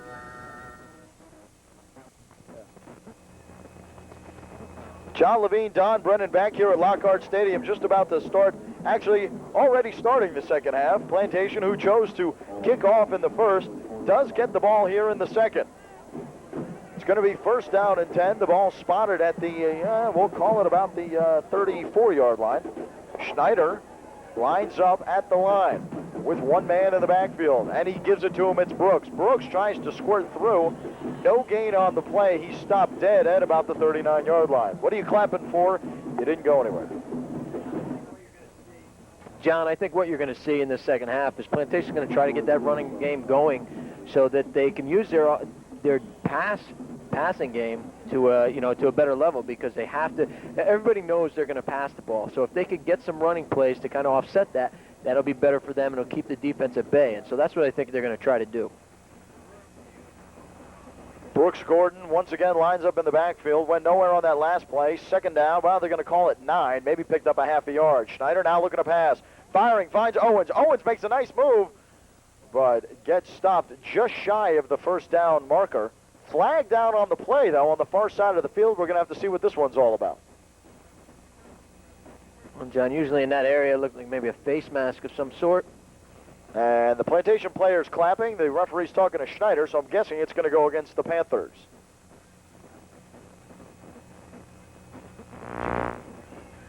Personal foul. Never a good sign. That could be a 15-yarder. And it is.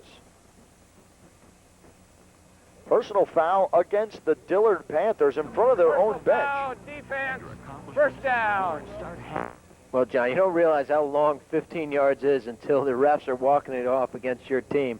It's just amazing how far it seems they walk to walk that 15 yards off.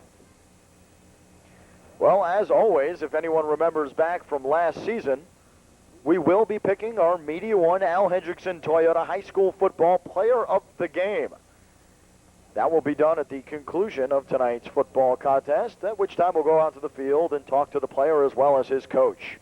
Schneider drops back to pass, fires for Beard on the sideline. Beard makes a great catch, but he gives up the football, didn't take any steps, so they're going to call it an incomplete. And it looks to me like Dillard's got a man down in the backfield. Number 2, Johnny Lamar, hopping on his right foot, obviously hurt his left ankle, and he is in a lot of pain. Well, he laid on top of Kevin Beard after the play, and I think Kevin Beard thought he was just being antagonistic and not getting up, but he is in pain. It looks like a hamstring. He is grabbing the back of his left leg, and he is in pain. Maybe cramps. I think some of the Plantation players, John, have had some cramps from this heat. Very hot out here tonight, and that's what it looks like. That's what they're trying to do, maybe stretch that muscle out a little bit as Plantation waits for this Dillard player. And he's up and at him, so I think they straighten it out a little bit. No pun intended, right? Exactly. It actually is very hot. Not only is it hot, it's humid, Donnie. I don't know what the humidity index is, but It is quite humid outside. It's nice and cool in here, though. I'm quite comfortable. Yeah, it's nice to be able to sit in here, I'll tell you, because you walk out, when we walked out there at halftime, it's like walking into a sauna. You just immediate sweat rolling down your forehead. Well, speaking of halftime, Don, I couldn't believe you ate 6 hot dogs in a matter of 15 minutes. Most incredible thing I've ever seen. Schneider in the shotgun with one man in the backfield. That's Brooks Gordon. Schneider looking to pass, flag on the play, going to be holding. Schneider still holding onto the ball, decides to take it himself, and he gets upended, and he's mad. He is mad. He's going after the whole Dillard team. He got tossed up in the air like a rag doll, and he is upset. Well, John, that's what he's got to do. Like I said, I told you he's got that linebacker mentality. He's got to get this team fired up. His leadership has got to get them going. Start a fire under him. That is going to be holding against Plantation, so Schneider's daring run is going to be negated. Marched back 5 yards from the original line of scrimmage. Holding call against the Colonels. And actually, they're moving this one back. I think they called a personal foul on him. There's Schneider. And he's just going to get popped right about there.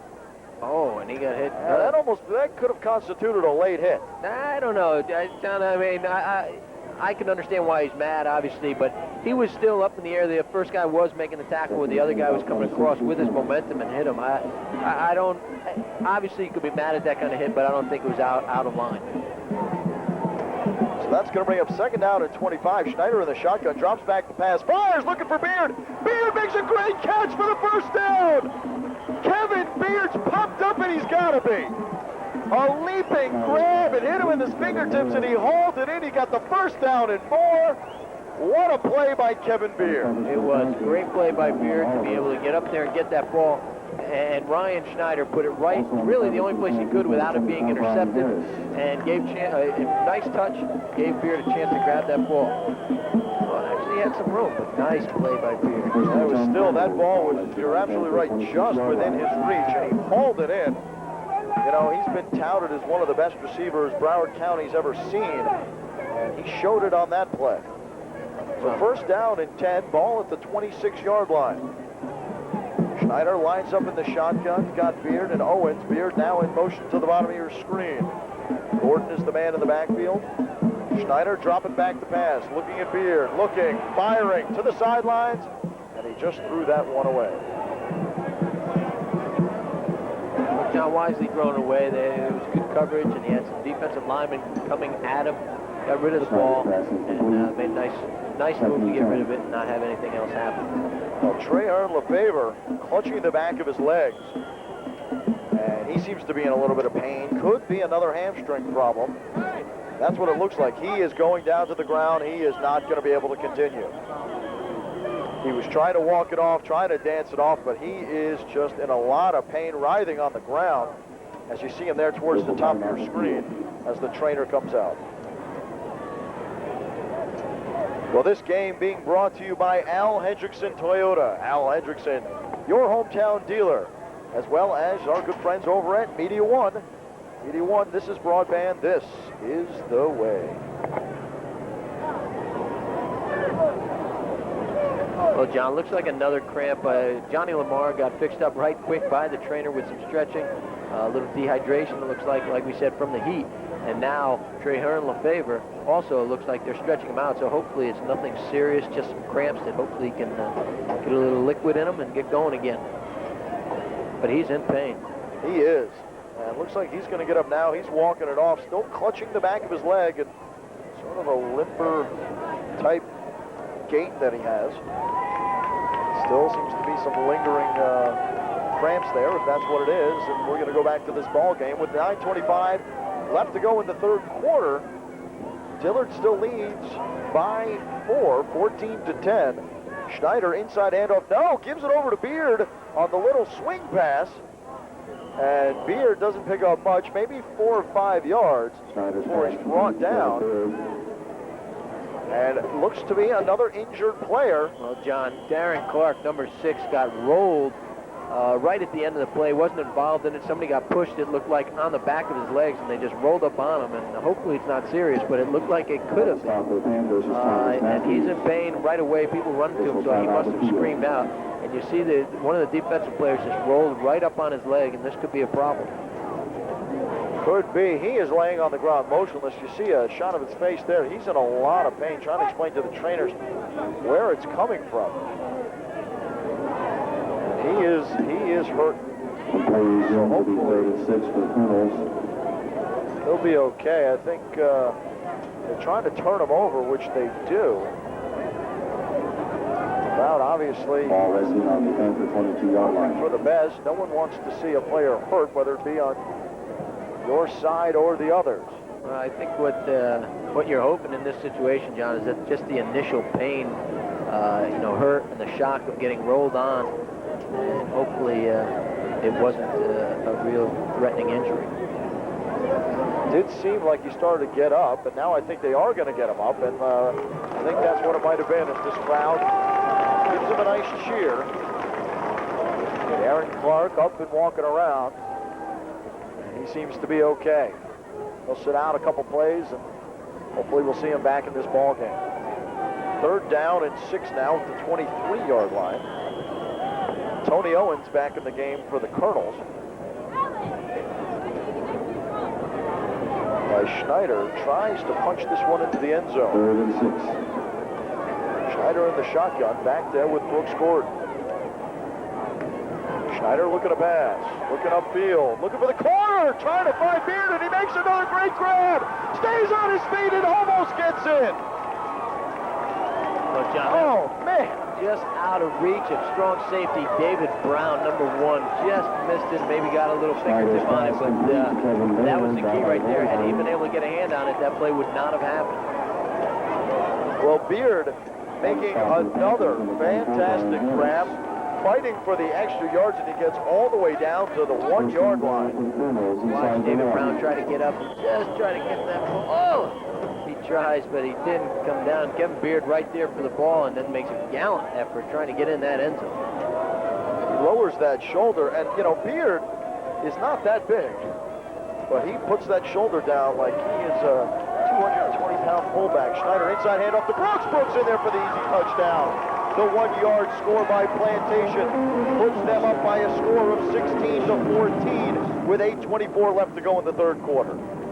Plantation's got to love that, John, especially after the turn of events in the 2nd quarter with Dillard coming out on top at halftime. So Plantation getting a boost of energy right there, a little shot in the arm, and making things happen and grabbing the lead back. Intriago in to attempt the extra point.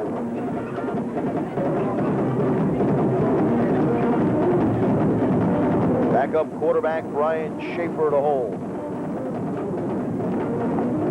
Once again, I said we are going to be picking the Media One Al Hendricks Toyota Player of the Game following this game.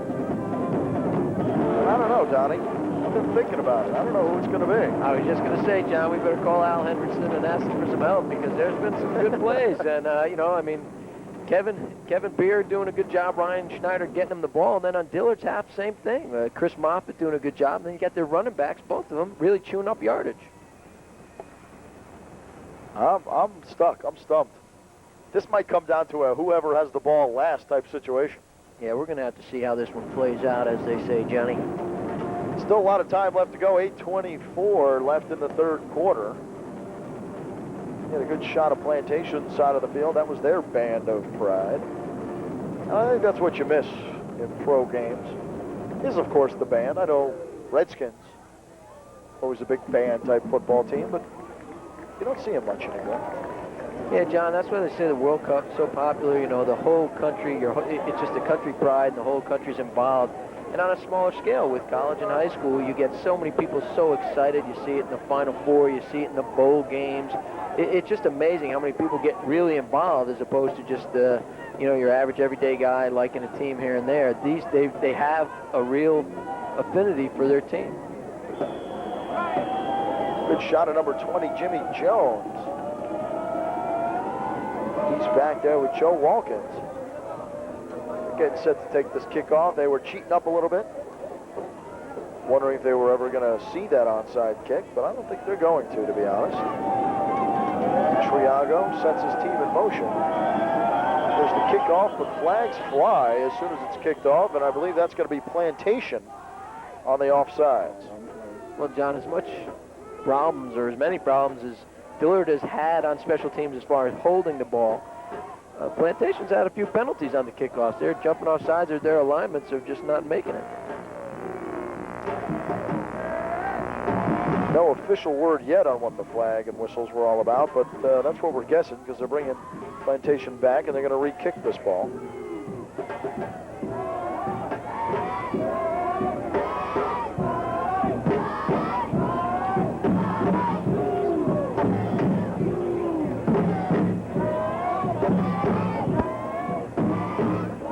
So the ball moves back to the 35-yard line.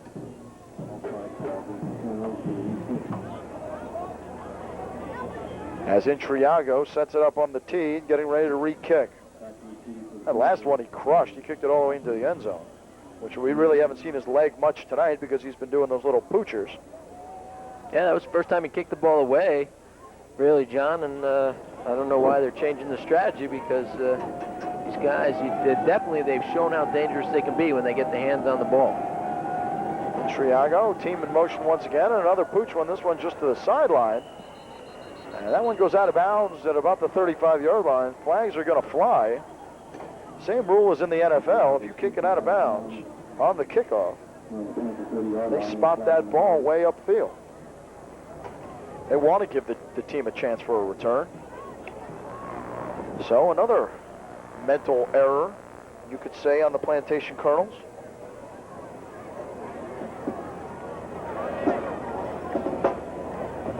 Referee trying to sort it all out. Well, John, this is tough. Takes the wind out of your sails a little bit. You just scored a touchdown. Your defense coming on the field. You want your defense up and raring, ready to go with the momentum you've just gained. So this takes a little wind out of your sails, makes it a little tougher, kind of a lull in the action. You don't want to see that because you don't want Dillard to get any kind of momentum. And that was a false start, as it turns out, on the Plantation team once again. So Dillard is going to take over at about the 40-yard line. The give is to Jones. Makes a couple nice cuts, but gets knocked backwards by number 87, Richard White. He knocked Jimmy Jones backwards after he shaked the initial tackle. Really, really nice play. I mean, they really strung that ball out there, and Richard White coming in making the tackle. Nice hit. But that was the whole defensive line right there. They strung that ball out and gave him nowhere to run, gave White the chance to make that tackle. Plantation defense, who seemed like they were full of holes just a drive ago, really trying to put the run stop on. They're playing a base 4-3 defense. Now the safety cheats up and makes it 4-4. We're going to see what happens as Moffitt hands it off inside. Nice little misdirection play to Jones, who scored it up through the hole, gets it past the original, that was Fuller, past the original line of scrimmage, and that was a gain of about 6. So now it's going to be third down and probably about 7 yards. Well, John, I'm very, very impressed with Moffitt so far and what he's shown us, and obviously Schneider coming in with all the fanfare, but Moffitt looking like a solid quarterback right here, and that's what they need. The Dillard offense has the wideouts that can make the long runs, and the running backs that can really get this running game going. He just needs to kind of run the offense. Devon O'Neill at the bottom of your screen. Watkins at the top, and we're going to get a flag here. Big gaff there by number 78. Nigel Seaman jumping off sides there, and he knew it right when he did it, John. No, he knew it. He knew it. He put his head in his hands, and he knew. You couldn't hide from that one. Everybody in the place saw you. Just sometimes you forget the snap count coming out of that huddle.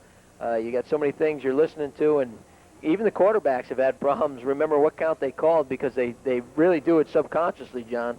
And you say the count, you don't really hear yourself. You're not really listening yourself what you're saying the count is, and sometimes they get the ball, surprisingly enough. Well, they're going to line up once again with Watkins at the bottom of your screen. O'Neill is at the top, split wide I formation. Fuller and Jones in the backfield. Moffitt under center. Moffitt going to drop back and pass play action. Being chased, fires, And it's almost picked off. It was just over the head of Jones. And almost picked off by number 20 on Plantation. Claude Stewart had a hand on it, and I believe so did Stanford Rule. Well, from the bull rush that defensive line got, John, looked like they were trying to set up a screen, maybe a middle screen, but they were just overcome with defensive linemen, made it a little tough, and they couldn't get the ball to the running back. So that's going to bring up 4th down and 11. And Dillard, no choice here but to punt. Started out with pretty good field position, but some penalties and some costly plays. And this one's blocked, tipped at the line of scrimmage. And they're just going to let it roll and down it right there, but a net punt of probably 6 yards. Well, John, that was Clifton Owens, and you remember earlier in the game, he left. We thought it was an equipment problem. It had to do with his injury. It looks like when he blocked that punt, he hurt his left arm again, which he has a cast on.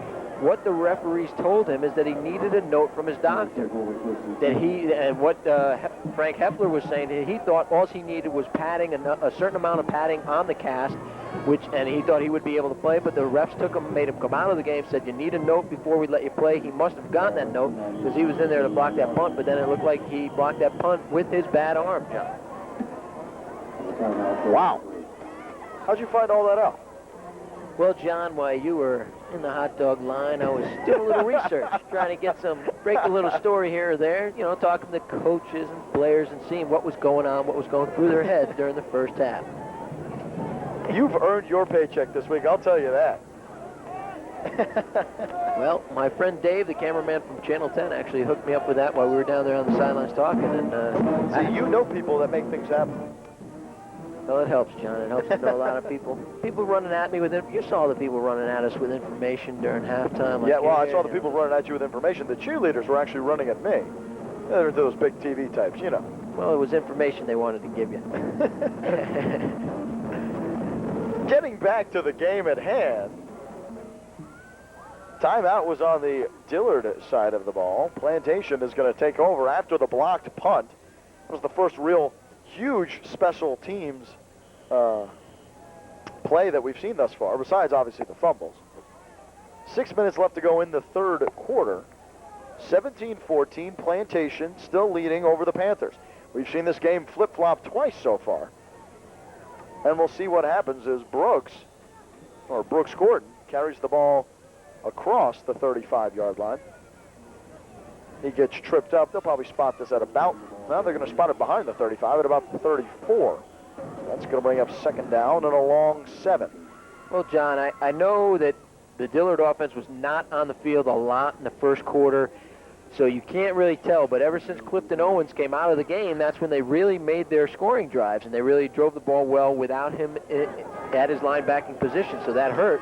Now he comes back in, they stop him on the first drive he's there, so maybe he was one of the reasons why they were not able to drive the ball.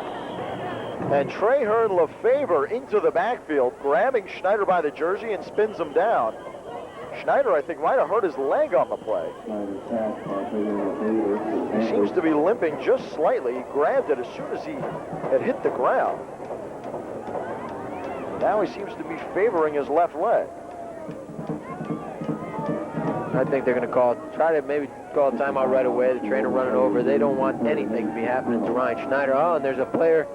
Another player's down on the field, and that's our man, Anthony Owens. John, I think it looks like cramps again. I mean, I saw Kevin Beard on the sideline getting stretched out. He was having problems with cramps. So really, this heat seems to be getting to everybody, and the dehydration really setting in. But hopefully that's all that this is cramps. Owens pounding his fists on the ground. He looks like he's in quite a bit of pain. And the trainers are working on his lower leg. Let's see if we can see what happened here. There's Schneider getting pulled down. Can't really see what happened. I think maybe Schneider's cleat got stuck in the turf. Yeah, that could have been the problem. Twisted a little bit. It'll be maybe a little swollen tomorrow, but he's going to play through it, and I'm sure it'll be. They need him in there, John. He is the guy that's going to make this offense go. Get the ball to their wideouts that are so incredibly good at this point. I mean, Anthony Owens, having him down right now is a big problem for this Plantation offense, John, because as you stated earlier, he is just having an unbelievable game, and I don't think anybody realized that he was capable of this. And Owens still in the same position he was in since the initial injury. has not been moved. The trainer's really working on his leg, having trouble seeing which one. But he still seems to be in quite a bit of pain.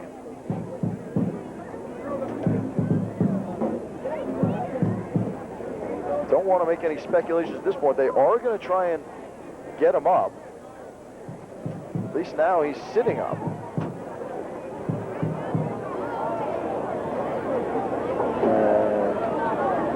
Looks like cramps again. Yeah. They're trying to stretch that out. He's, grabbing his toes, trying to stretch it out. He is in pain though, but they're just trying to get that muscle going again. And he's having difficulty bending his legs. And even standing. With help, he seems still to be wavering. And they're going to have to help him off this field.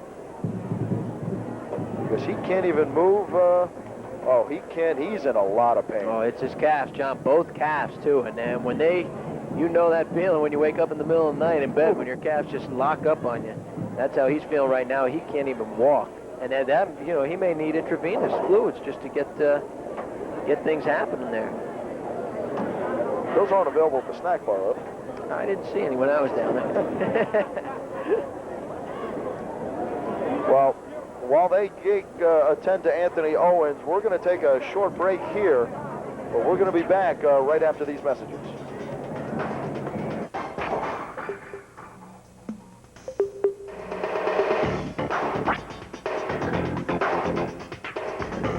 Children of the night, beware! Dr. Cadaver's Monster Horror Theater has come to Channel 19. Every week, Dr. Cadaver features a terrifying horror classic from his own private collection. Witness the carnage when unexpected guests arrive at Dr. Cadaver's Haunted Mansion. Dr. Cadaver's Monster Horror Theater, Friday nights at 11:35 on Channel 19. Tune in, you dare. Stadium. Clock continues to tick as they got Anthony Owens off the field. Had to be carried off. Schneider going to Beard this time, looking for the first down, and he gets it. Spins, makes a nice couple moves, knew exactly where the marker was, and got the ball over it. Owens, he was really in a lot of pain, Donnie. He had to be picked up by 2 or 3 trainers and carried off of this field. Yeah, John, that's sad because there's nothing you could do about it. They were trying to stretch him out, and then they tried to walk him off, but he was overcome, fell to the ground. But I'll tell you, Anthony Owens, he made some plays earlier in the game, and they were staying away from Kevin Beard a little bit in the first quarter and the first half. We didn't see as much of him as we would have thought, but now he's starting to come alive. He and Schneider are starting to hook up pretty regularly, John. Jimmy Theok now in the game at that third wideout position as Schneider hands the ball off inside. This time he's going to Brian Thompson, and Thompson maybe picked up 4 yards on the play. Nothing substantial. About 4, so that's going to bring up second down. Thompson, the ball carrier. 6. Well, John, I think after seeing Anthony Owens carried off the field, you see, I think everybody ran for their water bottles and their Gatorade bottles, but Owens was being attended to on the sideline. I don't see where he is right now. He's still down on the ground being attended to. Okay, I couldn't. And they do have a bag of ice out there. He is on the ground. Still seems to be in a lot of pain. trying to cool that muscle off, that calf, those calf muscles, rubbing that ice on there, trying to unlock them. Because just the dehydration really locked them up. Take another water break. I think that's they saw that with Anthony Owens, John. They don't want to. Nobody wants to be in that much pain.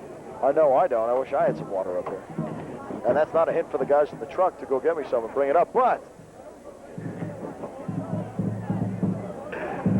3:54 left to go in this third quarter. 17-14 the score. Plantation over Dillard.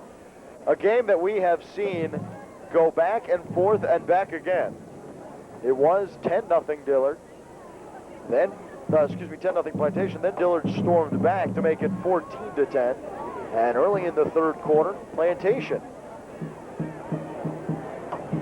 driving down the field and scoring on a 1-yard TD run to make it 17-14. Yeah, John, that was a very interesting turn of events in the second quarter with Dillard. What they did was 14-point turnaround, basically. Plantation looking like they were going in for a score. Dillard gets the interception, then goes down for their own score. So that's where they got their points from and turned it around. Schneider once again lines up in the shotgun with Gordon back there with him. Schneider looking to pass on second down. Fires across the middle for Beard, and he's got it, and he's in for the touchdown. A 24-yard scoring play, and Beard is getting funky. Oh, he was getting jiggy with it after that catch. Nice play. Ryan Schneider hit him right in the numbers. Beautiful play. There is a flag down, it looks like, but could be celebration. Well, maybe the defensive interference didn't matter because he scored. Another little injury problem here, John. Looks like defenders Johnny Lamar again. He had cramp problems earlier. He's running off the field again, it looks like, with cramps. And I think that flag is going to be picked up, and it is going to be called a touchdown. So Plantation, we were talking about their last successful drive at the beginning of the third quarter. Now here at the end of the third quarter with 3 minutes and 47 seconds left to go. Punch that one into the end zone. 24-yard scoring play. Ryan Schneider finding Frank Beard. Nice play. Nice crossing pattern. Beard just coming across, making a nice play on the ball. Runs it right into the end zone. Schneider, nice pass. Put it right there for him, John. In Triago to attempt the extra long, extra point. That one's up and good. No, it is not good. From our angle, it sure looked like it went through. But they just he must have missed that one. To the left. Let's see if we can see it on this replay.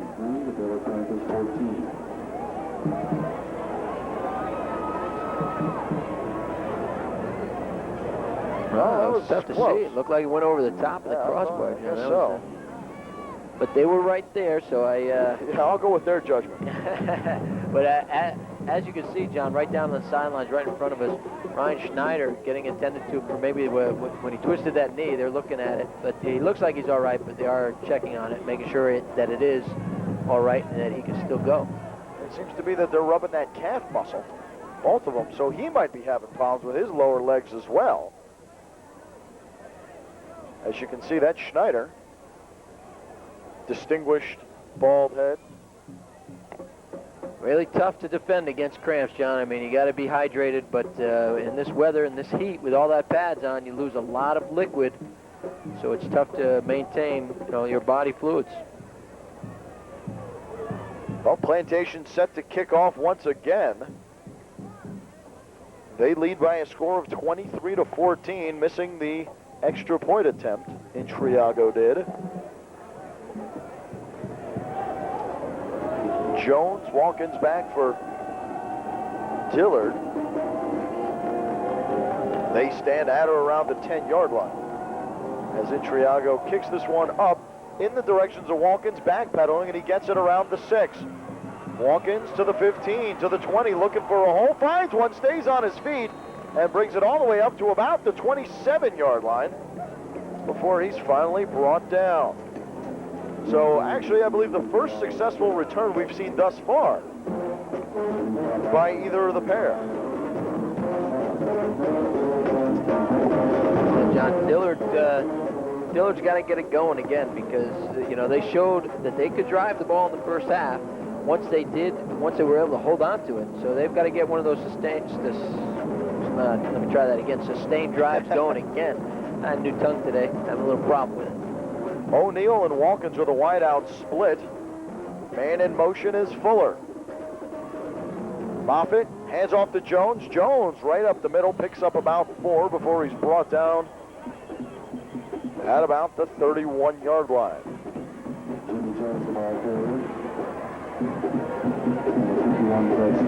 And this game getting quite a bit of media attention tonight. Notice all the major newspapers in town are here, as well as some of the smaller papers. And if you look down on the field, a lot of photographers from the major stations. I see Channel 6, Channel 7, Channel 10. They're all here, John. This is a big game. And this is a like big I said, game. Opening of the season. And this is a good one to start with. Both these teams opened up their season last year. Ooh, nice play. Fuller hit a wall but bounced back, gave a little bit of a stiff arm, and then cut it to the outside. Running parallel to the line of scrimmage. He might have lost a yard on the play. I think he did. That's going to make it 3rd down and about 8 to go. Ball now spotted around the, well, I think they're going to spot this on the 30-yard line. Those are the ball on the 30-yard line. Clock ticking with about 2 minutes and 30 seconds to go in the third quarter. 23-14 the score. Plantation in the lead. Schneider on the sidelines. He's up and around, trying to get his team fired up as Moffitt is under center for the Panthers.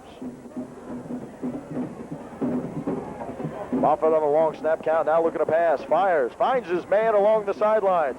Makes a nice move and cuts it upfield. Brought down at about the 45-yard line, enough for the first down and more. But there's a flag on the far side of the field.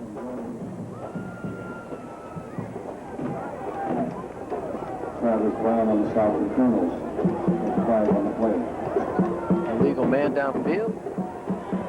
Is that what that is? An eligible receiver, I think, possibly, as he was rolling out, John, and one of the offensive linemen maybe run downfield a little bit too much, and that's going to cost him. That hurts. That hurts.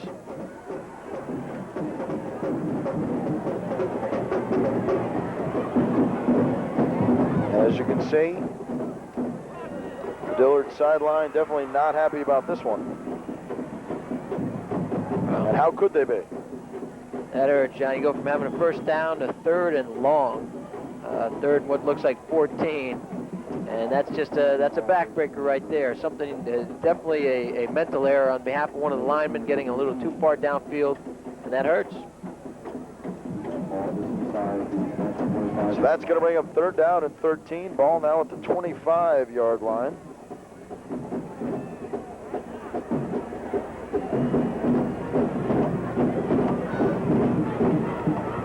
And I can guess this one's going to be a passing play, although they are in the I formation, only two wideouts. Fuller, as well as Jones in the backfield. Moffitt going to pass. Fires over the middle, has got his man. Oh, and that's a first down. What a hit. What a hit. You heard this crowd as the mouthpiece flew out of the receiver's mouth. That was Leroy Akins. And he got pummeled. He really did. They laid one on him, John, but he earned that first down because he got it. And you watch this lick on the replay, John. You're right. See things flying, all kinds of things flying off his helmet. Yeah, that was his mouthpiece that flew out of his mouth. Well, John, we just hope for his sake that sometimes some of the football players hook their mouth guards on their face mask. And we could just hope that he forgot to put it in his mouth and it was hooked on his face mask. Yeah, that's what they call trucked, I believe.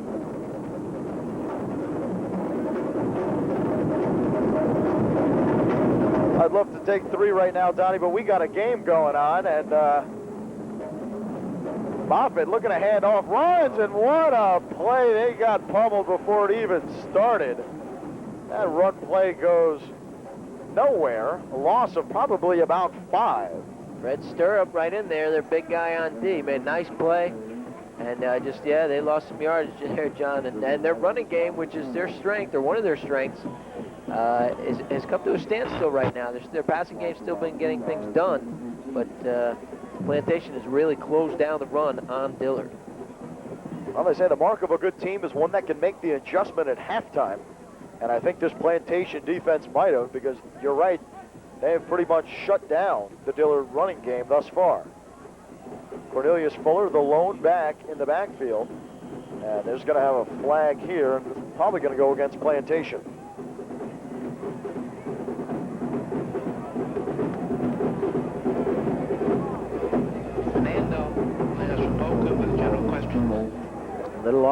A little offsides there, Johnny, on the defense. Like you said, Plantation a little aggressive, overly aggressive, overzealous, you might say.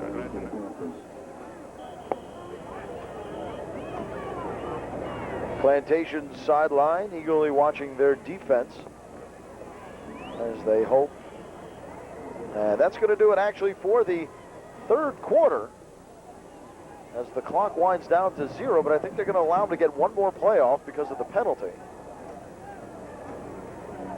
That's exactly what they're going to do. The handoff this time going to Fuller, and that one is stopped dead in the backfield. Richard White again, looking like Richard Dent at defensive end there, John. Just making another nice play on his behalf in the backfield. And that is officially going to do it for the third quarter. So at the end of 3, 23-14, Plantation in charge of this game right now. John Levine, Don Brennan going to be back with the fourth quarter right after this.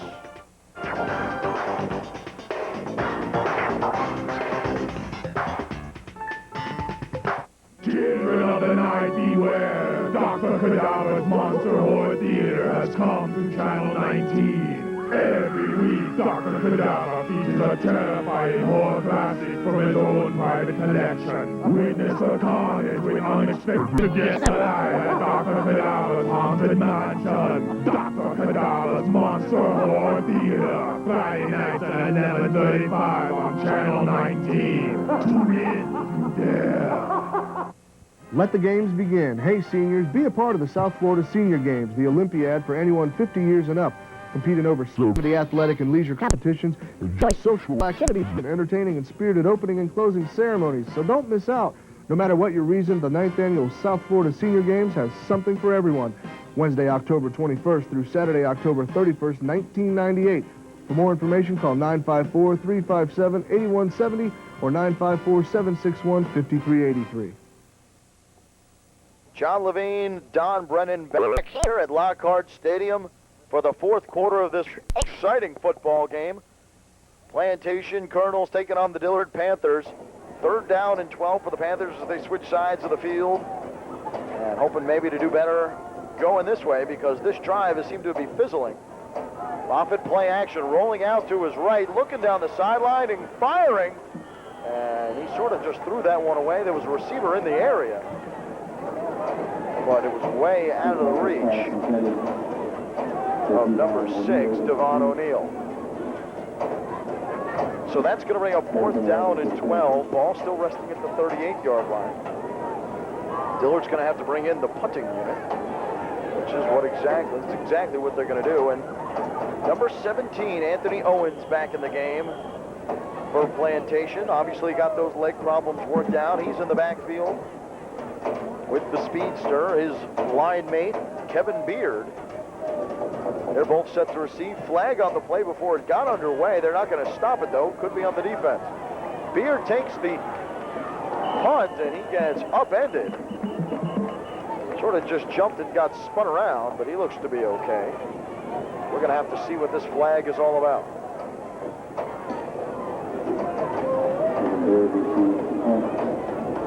It's going to be false start. False start on the kicking team. Schneider's going to decline the penalty, and Plantation will take the ball. Wherever they're going to spot it, I'm not sure yet. Hasn't put it down yet. I think they're going to spot it at about the 44-yard line.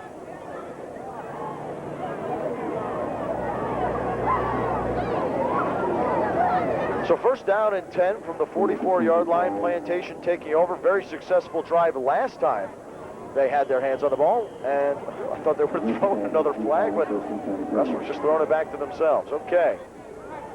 Schneider in the shotgun, 3 wideouts to the top of your screen. And we're going to have a false start here on the offense as that play didn't seem to go over too well with the officials.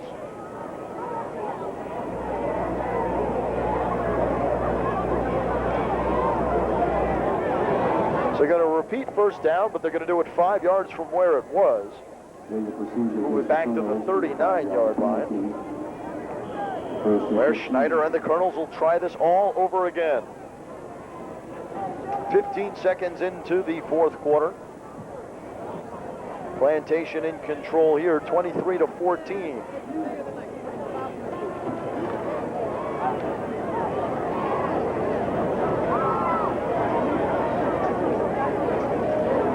Darren Clark split to the top of your screen. Tony Owens at the bottom, and we're going to have another flag. False start this time. It's going to be on the big man, number 60, Kawame King, the offensive tackle. And King's teammates really giving it to him.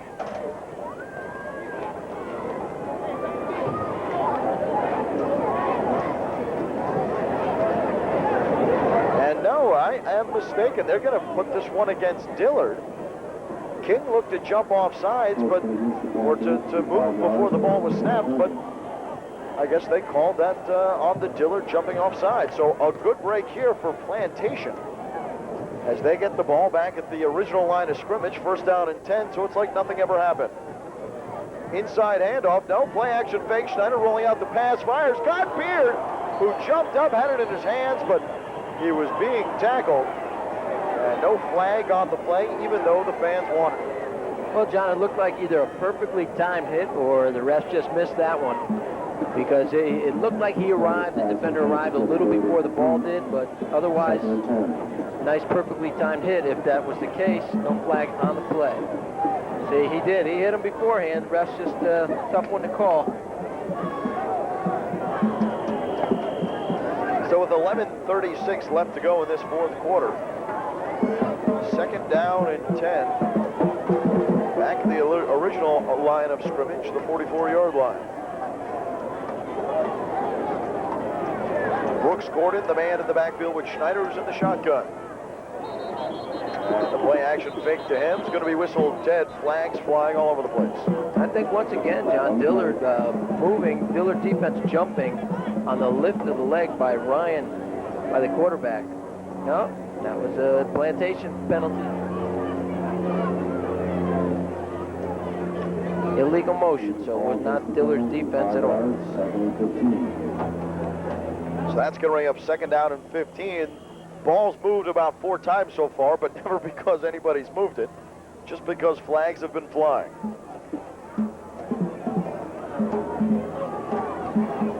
Once again, Schneider in the shotgun back there with Gordon Brooks. Blitz coming. Play action, no, the end around to Beard. Beard's got a little bit of a hole. Another flag on the play as Beard picks up about 10 yards, brings it all the way up to about the 45, about the 50-yard line, actually. But another flag on the play, and it seems to be more flags than the UN. Well, John, it is starting to get sloppy. And you see, this is an early season game, so the Kings have not been worked out yet. And you're seeing a lot of problems. Late in the game, people are getting worn down from the heat. It is a beautiful night with a full moon, but I think this heat's really starting to get to people, tire them out. 23 to 14 is the score. As the clock goes back in motion. Now that was a big one. Second and 26 for the Colonels. And I'm not sure what that one was for, but it did move the ball back 15 yards. So we're going to have to start this one at the 29-yard line. Second down and 25. They did give the referee's call for illegal motion. I don't know why it went back so far. Schneider looking over the middle, finds Owens. Owens tries to shake the tackle but can't. Still about a 10-yard reception if they give him the forward progress. Should be spotted at around the 40-yard line. So Owens showing that, hey, I got my legs back and I can leap. Had to jump up and pick that one out of the air. George Lewis made the tackle. Nice play, and he's one of the returning starters for this club, one of the players to watch on that Dillard defense. And well, Owens is back in the game, returning from his cramp problems, and once again, making a big play. So that's going to bring up third down and 13. Ball spotted at the 42-yard. You're having the same problems I had earlier. Same problem. Ball at the 42-yard line. Schneider lining up in the shotgun once again. This time fires deep, looking for Beard. He's got him! All the way down to the 30-yard line. Over the shoulder grab by Kevin Beard. Unbelievable, John. These two are showing why they're going to be a number 1 and 2 condom. I did it again. Another combination. Number 1 and 2 tandem. They're just really showing their prowess right now. I think you try to combine combination and tandem. I came up with condom. I did it earlier this week on the radio, John, and they were giving it to me all week long. A little interview with Cliff Floyd and the Marlins, and I did the exact same thing. Well, a great throw and catch by the Schneider Beard tandem. And that's going to be first down and 10. The ball now up and around the 32-yard line. Or no, excuse me. It's at the 28-yard line. As Dillard calls a timeout here to sort of regroup. They need to rework their defensive strategy. Well, John, somehow try and contain Beard. Yeah, they really have to, and they tried. The defender tried to. He grabbed a fistful of jersey before Beard went up for that ball, and I don't know if the refs would have seen it. Had Beard not gotten to the ball, that would have been the reason. And I think a little bit of subterfuge on behalf of the Dillard defender, because he knew he had no way to stop Kevin Beard but by illegal means. Once again, another Dillard player, Plantation player. That's Kevin Beard getting stretched out on the field. Wasn't down for an injury, but as Donnie pointed out, very hot, very humid. That causes a lot of cramping if you don't stay hydrated. John, we're in the air-conditioned booth, and I'm still sweating, not from the heat, but from the humidity. It's just it is just so amazing, and I can't even imagine having to run around with pads on in that heat, fully clothed with pads and a helmet. Well, first down and 10, ball at the 28-yard line. And an official timeout call.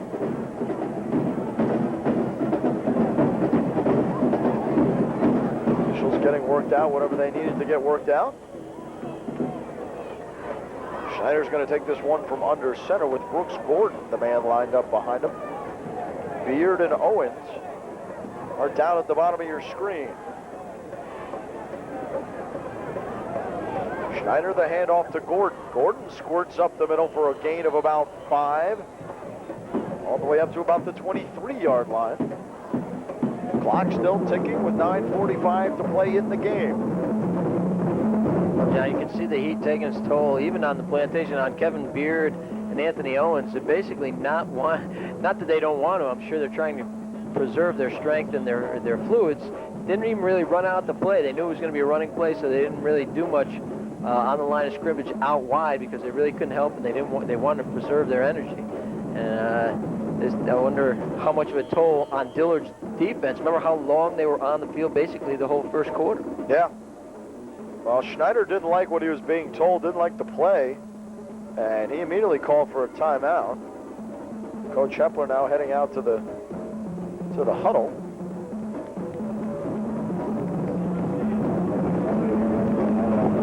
Well, we're going to have to talk about the player of the game.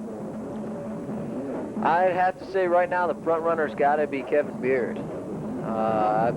Yeah, I mean, I'd say it's up for grabs because the guy getting him the ball, Ryan Schneider, has been doing a good job.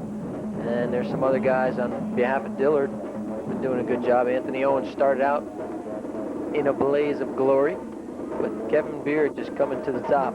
Cream is rising to the top, John. 100%. I do have to agree. Kevin Beard right now would definitely be my choice. He's just made some incredible grabs. He's kept some drives going with the grabs that he's made. And, you know, and I don't even think that it's a matter of some of the catches he's made. It's what he does after the catch. He never stops fighting for those 2 or 3 extra yards. And I think seeing stuff like that gets a team fired up. They see one of their players, you know, he could make a great grab and just sort of, you know, hit the ground and stop, but he doesn't. Schneider now dropping back the pass, looking once again to the sidelines. Finds his man, that's Clark. Clark gets wrapped up as soon as he makes the catch. With the forward progress, it's going to be a gain of about 4 up to the 20-yard line, so that's going to bring up 3rd down and about 2 yards to go, 2.5.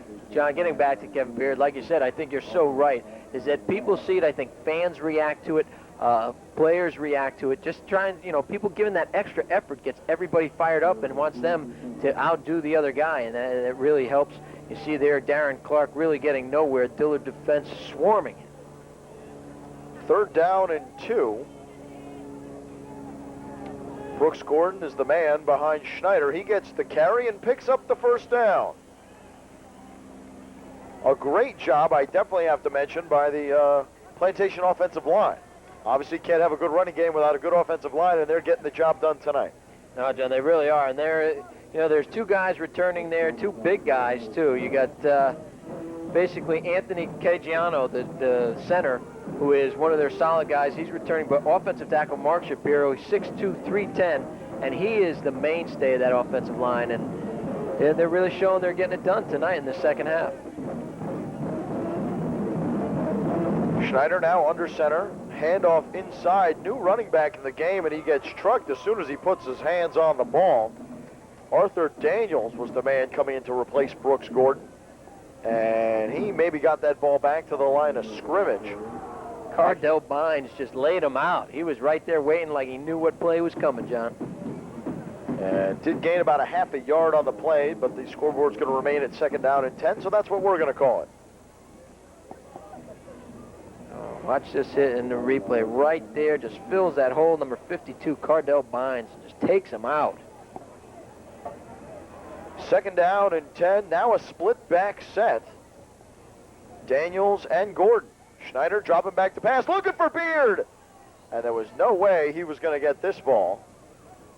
Impeded slightly by the defensive back, but the ball was way overthrown and he had no shot for it. Yeah, John, Jeff Roper got a body on him, but like you said, it was over his head, and they ruled that he could not have caught the ball, so they didn't throw the flag.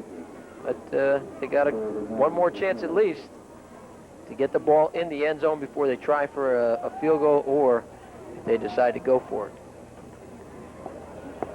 7:22 the clock has been stopped at.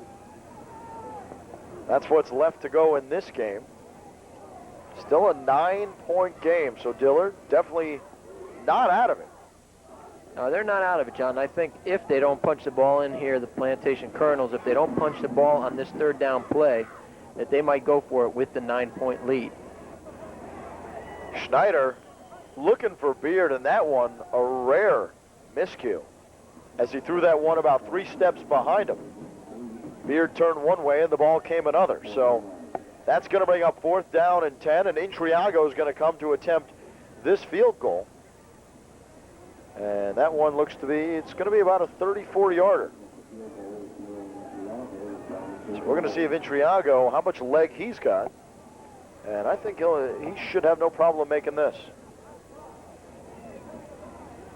Snap is down, ball is up, and it's definitely got the distance and the accuracy. So Intriago stretches the lead to 12 as he puts that ball through the uprights. It's now 26-14, the Colonels over the Panthers. Well, John, the Panthers in a tough spot right now. They need a quick strike. You know, they got 7 minutes left, but they have to show that they can drive the ball. They have not done that in the second half. Plantation has really thwarted them at every stop, and Dillard just really, they showed it in the second quarter what they could do on offense, but their running game has been shut down, and when you shut the running game down, then everybody knows you're going to have to pass, and they're aware of it, and they're ready for it, and they stop the pass or slow it down. Plantation getting set to kick the ball off here with about 7 minutes to go in the game. 26-14 is your score, with Plantation in the lead. John Levine, Don Brennan. Remember, if you're watching this Saturday afternoon, you missed any portion of it, it will be replayed Sunday at 7 p.m. right here on Channel 19. And also Monday, if you want to catch some extra highlights, watch the Channel 19 News, 7 o'clock, and then again at 10. We'll be showing some of the highlights during the sports segment. Well, there are a lot of highlights in this one, John, and Kevin Beard especially. He's making his own little highlight reel right here, doing a great job of hauling down some passes and helping Plantation get out to that 12-point, 26-14 lead. Well, the football season gets in full swing this weekend, huh, Donnie? Oh, it really does. You got the NFL and all the colleges back in action. It's just really a great time of year, especially if you're a major football fan.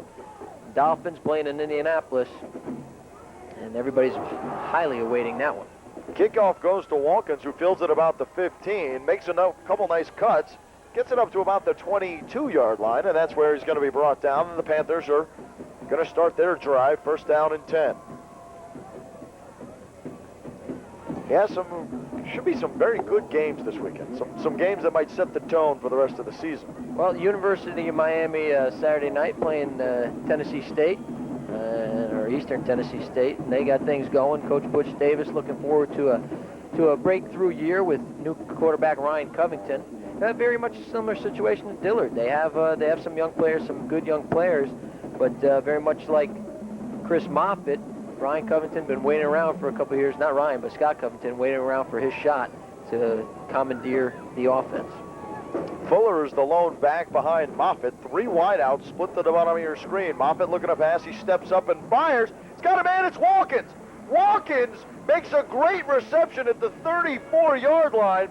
Trips and falls. If not for the fall, he would have been in there for the touchdown, had nobody in front of him. Well, that was a nice, he did get a hit late on him here at the end. That's one of the reasons why he tripped and fell. But a beautiful play, a quick strike like we're talking about. This is what they got to do. They've got to score quickly, get the ball back, because they need 2 scores if they're going to be in this game. That one about a 60-yard pass play. Moffitt to Watkins. Ball being spotted at the 31-yard line. So Dillard looking to get back into this game and get back into it quick. Man in motion is O'Neal. Moffitt again looking to pass, fires over the middle. Thrown behind the intended receiver, Leroy Akins. That was tough, John, because they had the tight end Akins open. He had some room in front of him if he caught that ball, but Moffitt, with the rush coming in, just couldn't get him the ball in the right spot. So that's going to bring up 2nd down and 10. Ball still resting on the 31-yard line. 6 minutes, 31 seconds to go. Dillard needs a couple scores. Touchdown and a field goal will not do it. They need 14 points to win this game. Excuse me, they need 13 points to win this game.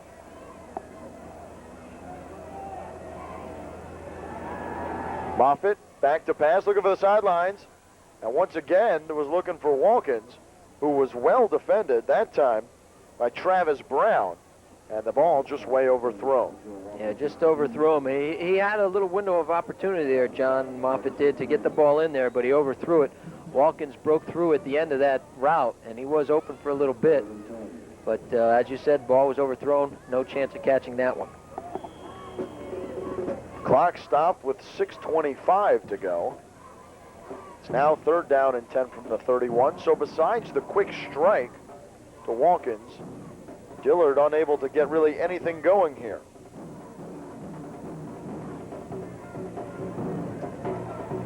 Now a handoff play to Jones. Jones brought down in the backfield. White again. Nice play being made by Richard White, who grabbed him by the ankles and just wouldn't let go. Wow, and John, it seems like every tackle that Richard White is making tonight is in the backfield, so he's really come up big with some big plays in the backfield, stopping them for losses, and he really quick to the ball when he gets an opening. 4th down and 14, the ball at the 35-yard line. Dillard no choice but to go for it.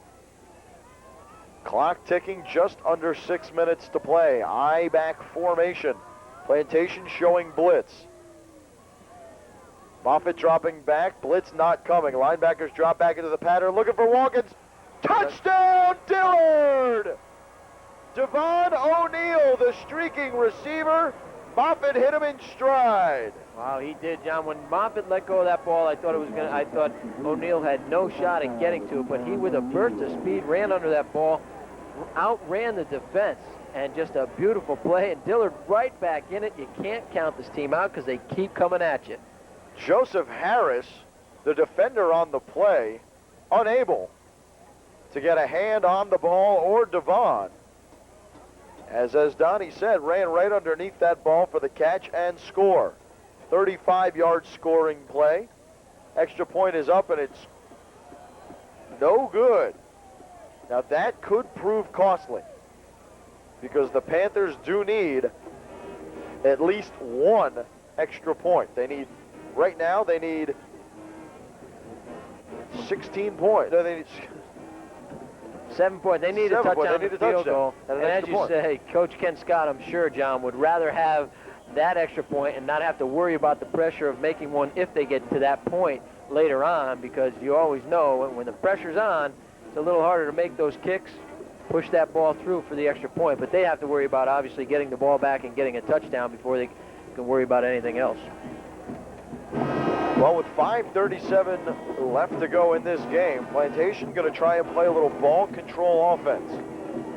And it looks to me like the Panthers are lining up for that onside kick. And Donnie, I have good reason to believe they're not going to try and fake it here. No, this is going to be interesting to watch. I tell you, you see Olindo Mare of the Dolphins is so adept at the onside kick that it's become a weapon. Let's see if Dillard can show some kind of prowess with the onside kick, get this ball back, because they are definitely going to onside kick in here.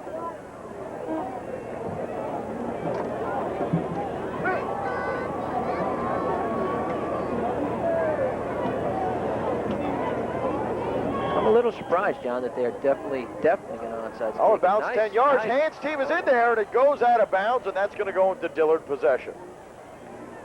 Well executed play by the Panthers, but just nobody could keep their hands on it. Yeah, they did touch it, and it was after the 10 yards, but it bounced out of bounds, so Plantation gets the ball by default. And really a tough one for Dillard. They could have had it now. Plantation with good field position.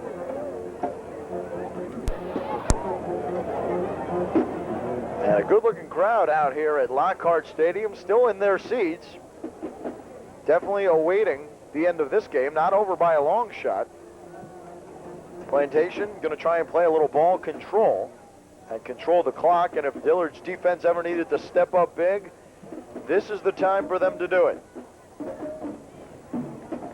Well, John, the Dillard defense does. They have to step up right here. And now they've been put in a tougher position. The ball at midfield. Shorter distance for the Plantation offense to go. Dillard defense, I'm sure, it's been a long night for them. But they have to come through. You look for Traherne Lefevre and Mr. Davis to come up big because they have to hold this. I think Ryan Schneider is going to try to run the ball at first. Maybe dump some passes off later on. We'll run down this clock. And you're right about that, Donnie. Inside handoff to Brooks Gordon. Picks up about 4 yards. Going to move that ball up to the 45-yard line. Bring up 2nd down and 6. And Gordon all night, those quick little 4 or 5 yard runs. He's had a couple longer than that, John, and that's all this team needs. You see with Schneider and Beard what they can do with a little daylight, and when you get the running game to keep the defense honest, and that passing game is going to flourish. Man in the backfield is Daniels. He gets the call, looks for a little daylight, but gets stopped somewhere in the backfield. He's dropped for about a loss of 1. So that's going to make it 2nd down and 7. The ball's going to be spotted around the 46-yard line. Arthur Daniels, the man on the carry.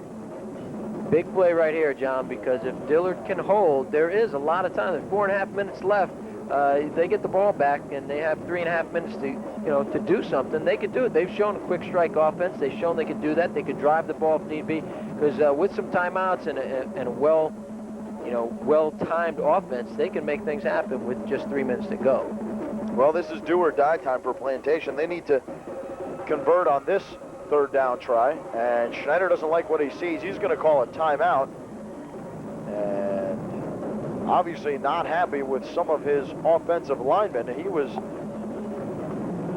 yelling quite profusely. Looked like George Maston, who he was mad at, and George, number 66, kind of holding his hands up, shrugging his shoulders, saying, "What did I do?" I'm sure Ryan Schneider will tell him in no uncertain terms in that huddle. The one thing about the good leaders, they'll tell you what they're thinking. Well, if Mr. Maston did know what he did, then he knows. I'm sure now. Ryan will point him out, and it'll only make this offense better. But I think obviously 3rd and long, John, you got to look for Schneider, looking for Kevin Beard, because that's who he's been hooking up with all night. That's his money man. So I don't think it'll be a surprise to see that combo hook up. 3rd down, 6 yards to go. The ball resting at the 45-yard line. 4 minutes, 8 seconds to play in the game. It's a 6-point game. With Dillard desperately trying to get the ball back with some time left for their offense to do something. 3 wideouts to the bottom. Schneider looking, fires, and a miscue there. Someone didn't know where they were supposed to be, as that ball fell well short of its intended receivers. Well, John Anthony Owens before had blown a route at the end of the 2nd half when they were trying to get the lead late in the game, late in the 1st half. And I think once again he maybe blew the route there because Coach Hepler was giving him the business on the sidelines there after the catch, and maybe his inexperience at the wide receiver position is showing. The punt was away, and before the end of that play, well, we'll talk about it in a second, as Jones takes that reception, brings it up to about the 20-yard line before he's hammered. And that's where Dillard is going to start their drive. Tony Caggiano limping off the field. A little bit of pain. He's still hobbling around there on the sidelines. Might have turned an ankle, but he still seems to be in a little bit of pain as he's trying to walk something off. Yeah, he came off the field after the last offensive series, and I didn't think it was serious. He was walking, but it looked like he was going to walk it off, and I guess it was more serious than I believed. John, one of the things I think is interesting, after they run this play, I want to ask you something that I saw during the timeout. Okay. For your expert opinion. Fuller, the man in the backfield. Moffitt under center with 3 wideouts. I can see only passing plays in their future. Pocket collapses. Moffitt able to get out of it. He's rolling, fires across the middle, and finds O'Neal. O'Neal picks up a hole, cuts back to the inside, but goes down at about the 43-yard line. And that was a gain of about 23 on the play. No flags that I can see thus far. Wait, one falls down. And we're going to have to see what this one's all about. John, I don't know if maybe at the end of the play, late hit. Personal foul, and that could be a late hit. Regardless of the fact, it's going to be a 15-yard penalty and a big break for the Panthers. Watch this block by number 4, John, who just made this play happen. Watch him come across and take out number 3 right there. Oh, and he made it happen. Late hit right here again. After the guy was down, and you can't have that. And obviously, big mental mistake, not yardage they could give up at this point, this late in the game, John. Fuller, the lone man in the backfield behind Moffitt. Still 3 wideouts, split to the bottom of your screen.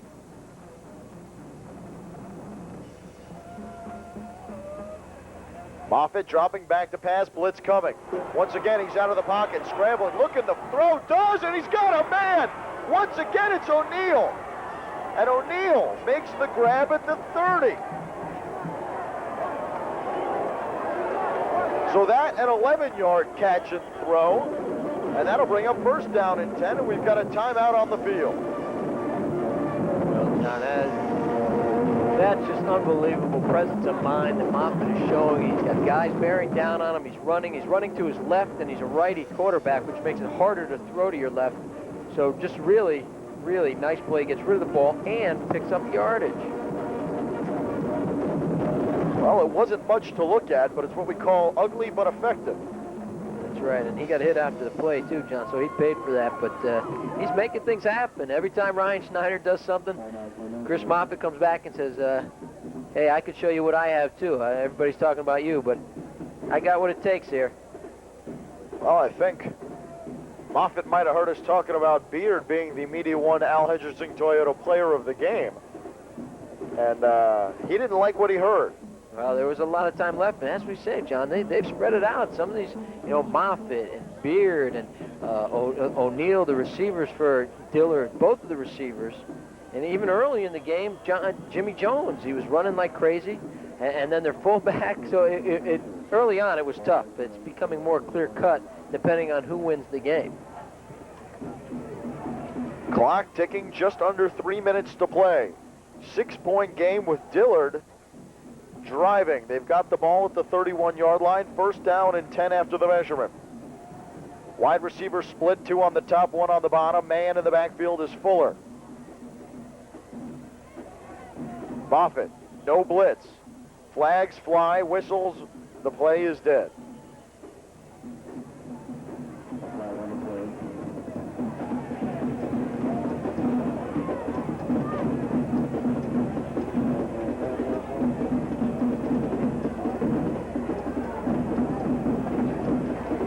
False start on Dillard's going to knock that ball back 5 yards. They'll replay the down. Still a mental mistake that should not be made, especially this late in the game when your team is trailing. And the drive is the only thing that can keep you alive. Yeah, John, and then one of the things also is that They showed what they were going to do on that play. They had a little play action fake, and they were going to go looking to go deep, I think, to one of the receivers. So that really hurts because it shows the defense what you were going to do. Moffitt again under center. Lone man in the backfield. A little bit of a play action, and we're going to get a sack here. Way back in the backfield, across midfield. As Moffitt rolling back. And Richard White, once again, the man, the defensive player of the game easily, making all these plays in the back. Yeah, I think he only comes in on loss of yardage now this year. He seems to make all the tackles for losses. And that really hurts. Now that penalty, you get 5 yards on the penalty, but then it catapults you into what? Now it's 25-yard loss. So that penalty really, really hurts Dillard, sets them back on their heels, and this is going to be tough to come back from, but they've been doing it all night.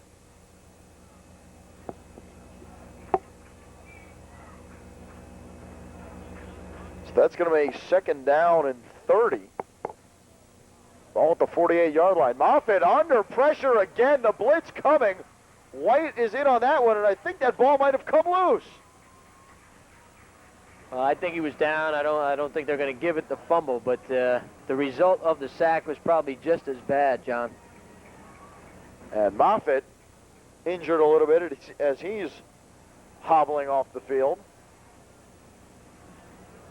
Big play by number 3, Stanford Rule, who shot through that hole and landed directly on top of Chris Moffitt. And Dillard's going to call a timeout here. Now, what did you want to talk to me about? That's exactly what I wanted to talk to you about. Is now you see at the timeout, the whole, either on offense or defense, the whole Dillard team walks over to the sidelines. And on a night like this, I really, you know, how many timeouts they've called, 8, 10, 15 timeouts a game, and they got to walk over. And even though it's a short walk, maybe 10, 20 yards, to do that all night when you're tired and as hot as it is and as humid as it is, it kind of surprises me. You should have the ball boys or the water guys running out there and letting them stay where they are. Well, you know, if you want my thoughts on that, I think it's kind of like us having to walk downstairs to go to the snack bar.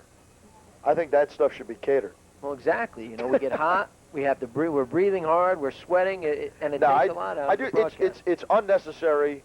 You know, unnecessary. It's just unnecessary, is what it is. It's they shouldn't have to expend that energy to do that. It's ridiculous. It really is. I mean, seriously, if you figure 15 timeouts at 10, 20 yards a clip, a nice little you know, chunk of yards you're walking there, and they're hot and bothered. So, right. Well, we're going to have to make a decision on this player of the game, but I think we might have to wait until this play is over. Yeah, this could be it, because if Moffitt pulls it out, yeah, it could change things. It could change things. I got to be honest. If he makes some sort of miracle throw here. Well, they got 2 plays to make things happen. 3rd down and 38. Blitz coming once again. Moffitt stands in the pocket, fires, looking for Walkins, and it's way overthrown. I don't think Walkins knew the ball was in the air, John. He was looking back at the quarterback while the ball was sailing over his head. I think had he known, he would have been able to catch up to that ball, but I don't think he ever saw the ball coming. So that's going to bring up 4th down and 38. And this is it. I mean, obviously, do or die time. There's nothing going on. 38 seconds left to go in the game. And time to bust out the old Hail Mary. Well, if they could run that play again there, John, without what they had to do, obviously, first and foremost is keep Moffitt from being sacked again, and he's starting out in the shotgun to prevent that. Moffitt, high snap, but he comes down with it. Blitz coming. Fires a short pass. It's in the dirt. And that's going to be no completion. So that's going to all but end this game. Plantation will take over with 33 seconds left to go. And the coach is trying to keep their players off the field with the time still remaining on the clock. And as for this Media One Al Hendrickson Toyota High School Football Player of the Game, Donnie? I'd have to go with Kevin Beard. I do have to agree. Tonight. Kevin Beard is the Media One Al Hendrickson Toyota High School Football Player of the Game. We will be talking to him. We'll be talking to Coach Frank Hepler down on the field at the conclusion of this game. And don't want you to forget, if you did miss any part of this game and you are watching it on Saturday afternoon, you can watch it again. It will be rebroadcast at 7 p.m. tomorrow night. John Levine, Don Brennan, you're watching Channel 19, the high school football game of the week. Well, Kevin Number Beard, 5, Kevin Beard. Number 5, and he's right now, he's the safety valve just in case when they do take the knee here with Ryan Schneider to end the game, anything does happen. But I'll tell you, John, this was all you could hope for in the opening game of the season. Unfortunately, somebody had to lose. Dillard on the short end of the 26-20 score, but a very good game to start off Media One's coverage. Absolutely. You couldn't ask for a better game to start off than this one. Schneider goes down, and I believe that is going to do it for this ball game. That should be it. The clock ticking. The refs are going to put the ball back down. I think they do...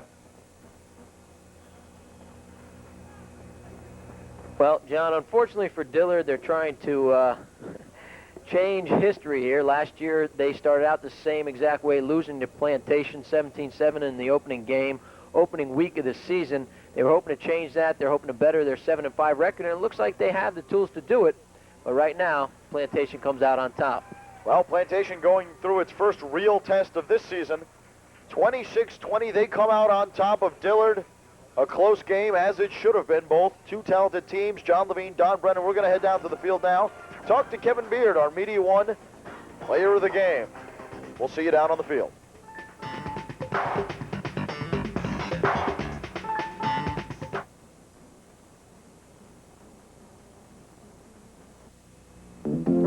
Feel a bit overlooked when you go to an auto superstore? At Al Hendrickson Toyota, we have over 180 associates and 2 owners to give each and every customer the service they deserve. Sample Road and 441, Coconut Creek. Guess who just bought a new car from Al Hendrickson Toyota and got the lowest price in town, plus got to meet the owners? Guess who just bought their car somewhere else? Al Hendrickson Toyota. Buying a car should be a happy experience. Oh, for crying out loud. You kids never pick up anything anymore. Always me. Oh, boy. Oh, boy. Oh, well. Oh, jeepers, crying me. Oh, man. Oh, for crying out. For Pete's sakes. Busting my hump. Been a while since your kids have used some of that sports equipment? Bring it to Play It Again Sports, and we'll buy it. Join Pet Talk Thursday nights live at 7:30. Pet Talk features the most beloved creatures of the animal kingdom. You'll find out what to look for before you get a pet and how to care for it afterwards. Our expert guests answer all your questions live, telling you everything you've always wanted to know about your pets. Keep your pets happy and healthy by watching Pet Talk Thursday nights live at 7:30, only on Channel 19. Let the games begin. Hey, seniors, be a part of the South Florida Senior Games, the Olympiad for anyone 50 years and up. Compete in over 70 athletic and leisure competitions. Enjoy social activities and entertaining and spirited opening and closing ceremonies. So don't miss out. No matter what your reason, the 9th Annual South Florida Senior Games has something for everyone. Wednesday, October 21st through Saturday, October 31st, 1998. For more information, call 954-357-8170 or 954-761-5383. You know, what this meant for the team on the player side, how important was to come out and make a big, strong statement, and then send it over to Johnny.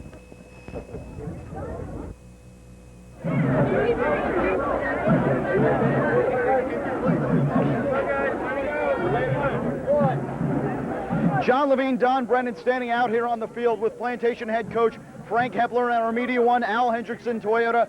Player of the game, Kevin Beard. Kevin, I'd like to present this to you. It's our pleasure, and let me ask you a question. Big crowd out here congratulating not only Kevin, but the whole team. Let me ask you a question. How important was it for this team to come out here tonight and make a statement by beating the Dillard team? Well, it let us know where we stand right now, what we have to work on to get to the state championship where we want to be. And that's very important to you, obviously, the state championship, something that's been pretty elusive for this team. Yes. 100%. We're going to send it over to Don Brennan right now, who's with Coach Frank. Thanks, John. Coach, a lot of expectations on this team, especially this offense led by Kevin Beard and Ryan Schneider. They came through tonight, didn't they? Yeah, they did. We we had a couple of breakdowns defensively, and Dillard's a great team. You know, they've got a lot of weapons, and I give them a lot of credit. You know, the offense continued to keep the ball rolling. Even when we had some penalties and got backed up, they made some big plays. Kevin, Ryan, Anthony Owens, Darren Clark, the offensive line did a great job, and, you know, the backs ran the ball when we needed to. And defensively, we just got to get better each week. We're young on defense, and they'll get better. You know, we've got great speed, great talent over there. Just got to get some experience. So I'm happy with the win, but we've got to get better to be deserving of that #1 ranking and to get to Gainesville in December. Well, it was a great start to the football season. We think a good game. Dillard played tough. Oh, yeah, they did. You know, hey, this is a rival. Don't let anybody tell you. If this was the end of the season and both teams were coming in, you know, one 9-0, another one 0-9, throw out the records because they're going to go after each other. These kids all know each other. They live in each other's backyards and stuff, so they go after it. And, you know, like I said, I give Dillard a lot of credit, and I give our kids a lot of credit for sucking up and getting after it. Hot night tonight, had kids cramping, but just a great ball game. You know, what high school's all about. Thanks, Coach. Good luck the rest of the way. John, back to you. Thank you very much. Well, for Coach Hepler, all the little Heplers that are running around here, our Media One player of the game, Kevin Beard, Don Brennan, everyone here that made this game possible. We'll see you next week. I'm John Levine for the Channel 19 Game of the Week.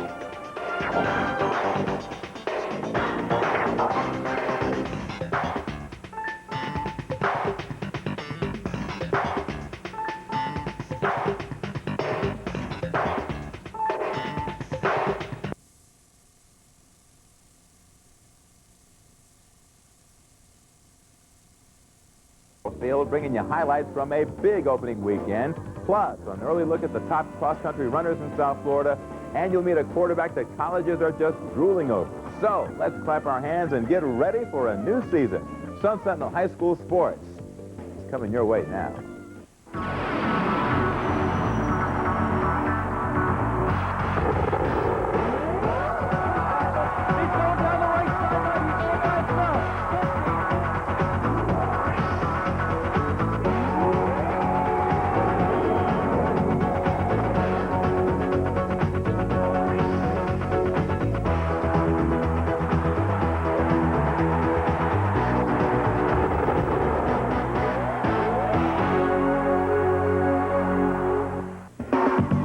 Today's show is brought to you by North Broward Hospital District, Movieco, and Truth, a generation united against tobacco.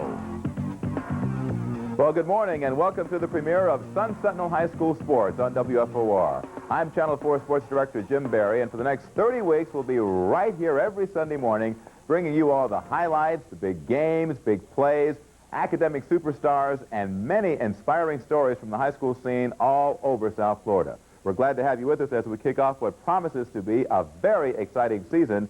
Well, not only is it opening weekend for the Dolphins, but for high school football as well in Broward and Miami-Dade counties. So let's get right to the Week 1 action. These fans are ready for football season to start. Thursday afternoon, the Terravella Trojans and Cardinal Gibbons Redskins kicked off their 1998 season under the light of day at Gibbons High. Hey, somebody tell Terravella's Jim Stassen you're not supposed to run under the banner, run through it. But disaster strikes for Gibbons on the game's first play. Robert Miller fumbles and Terravella recovers. One play later, Terravella quarterback Sean Garris will hardly be touched. 17 yards later, he's in the end zone, and the Trojans have the lead. But unfortunately for Terravella fans, it wouldn't last long. Later in the first quarter, Gibbons got on the board. Quarterback Gerald Becker passes to Adrian Daddick on the far side for a touchdown. That tied the game at 7. And later in the first quarter, Gibbons got the big play. Becker with the bomb to Tommy Thyroff. He's not stopped until he's at the Terravella 1-yard line. Moments later, it's Becker with a quick pass over the middle to Daddick for the touchdown. Gibbons led it 16-7 at halftime. Then in the third quarter, it's an instant replay. Becker finds Thyroff again down the near sideline. Another big gain down to the 5. Then on the first play of the fourth quarter, it's that combo again. Becker to Daddick for the score, giving Gibbons its final margin. Lots to celebrate on the Cardinal Gibbons side, and the morning after photo in the Sun Sentinel says it all, as Cardinal Gibbons coach Don Marino gets a victory ride to celebrate his 250th career win. The Redskins take it 23-7. Now we go to North Broward, where the cheerleaders from Stoneman Douglas High had to do a lot of running to keep up with the back-and-forth action as Douglas hosted Spanish River High of Boca. After Spanish River took a 7-0 lead, Douglas special teams made the first of several big plays on the night. Mark Elise with a nice punt return here, taking it deep into Sharks territory. That set up this short touchdown run by Matt Cahill, tying the game at 7. But the big plays were just beginning. And here comes a big-time player. Spanish River running back Jason Gathers, perhaps the #1 prospect in Florida, runs around the left side and into the end zone for an 11-yard touchdown. The Sharks led 21-7. But in the third quarter, back storms Stoneman Douglas. The Eagles fly high on this play. Kevin Eakin with the bomb to Mike Bartkowski. It's good for a 54-yard touchdown, tying the game at 21. But Spanish River wasn't done yet.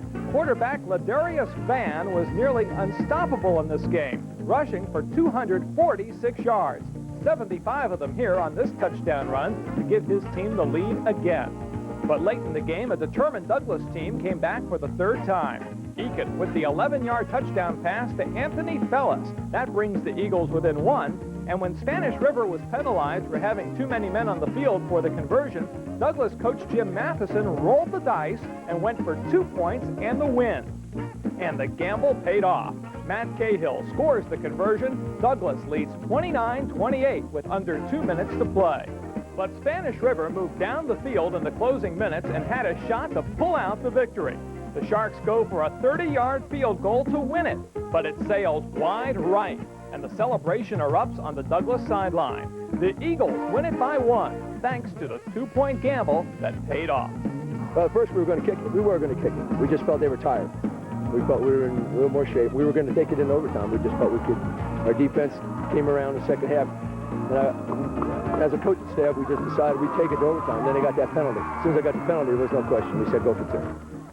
Now in Miami-Dade County, the Carroll City Chiefs have ruled the roost for 2 years running as state champs in Class 6A. Carroll City fans may be hoping for a 3rd straight celebration at the state finals, but first, the Chiefs faced a mighty tough early season test against Northwestern, state champs themselves 3 years ago. You don't think the fans got excited for this game? Check it out. Over 10,000 fans filled up Traz Powell Stadium in North Miami-Dade County for this traditional season-opening matchup. And the Northwestern Bulls came out smoking in more ways than one. What a game for number 24, Torrey Cox. 203 yards on the ground for Northwestern, including a big gain here. Cox later took it in from a yard out, and Northwestern led 9-0 in the first quarter. Then in the second quarter, the Bulls got a big play from a big guy. Jarrell Weaver scoops up the fumble by Carroll City quarterback Eddie Guyton and takes it 27 yards to pay dirt. It was 15-0 Northwestern at halftime. Carroll City lost 18 of last year's 22 starters and were just out of sync Friday night. Guyton's bomb downfield is just out of the grasp of Maurice Laurent. But down 21-0 in the third quarter, the Chiefs used special teams and defense to get back in the game. And Twanari Jones blocks the Northwestern punt, and after a scramble in the end zone, falls on the ball for a touchdown. And then the Carroll City defense made a big play. Northwestern quarterback Allison Sheffield fumbles. The ball squirts out from under several players, but it doesn't get away from Carroll City's Marlon Wright. He will go all the way down the field for a Chiefs touchdown. And suddenly, Carroll City is back in the game at 21-14. But the Northwestern defense did its job from then out, keeping the Chiefs off the scoreboard. Northwestern hangs on for the victory, snapping the Carroll City win streak at 26. Carroll City is a tough team, so it's a very big win. For Carroll City, we haven't beaten them in 3 years, the first game of the season, so this is a big one for us. It's a tough loss for these kids. Anytime you lose, it's tough, but it's not something that you upset over when a team outplays. On the Truth scoreboard in Miami-Dade, Columbus spoiled the first varsity game for Coral Reef High 21-7. Gables got by South Miami in overtime. Keenan Lawhorn ran for 245 yards and 2 touchdowns in Coral Park's win over Sunset. Springs outscored Lakes 38-26. Miami Beach was a 25-3 winner over North Miami Beach. Norland shut out Central. Al Brunson passed for 3 scores in Homestead's victory. It was Goldman 20, Southwest 8. Eric Jones scored 3 touchdowns to lead North Miami past Edison, and South Dade upset Palmetto 7-zip. In Broward, St. Thomas opened defense of its Class 5A championship with a 56-0 shutout of Miramar as John Shaw scored 3 times. Killian downed Ely 14-6. Deerfield Beach and South Plantation were both big winners in their season openers. Keno Felton rushed for 246 yards as Hills topped Cooper City. Hallandale beat Key West. South Broward won big behind 200 yards and 2 scores by Josh Drayton. Western blanked Nova 42-0. Mike Ryan passed for 4 touchdowns as Chaminade Madonna downed Fort Lauderdale, and Stranahan shut out Northeast 9-0. And now for some volleyball. And hey, who needs cheerleaders when you've got the junior varsity team cheering you on? The Flanagan High JV made all the noise as the varsity took on Stoneman Douglas High in the Flanagan Gym.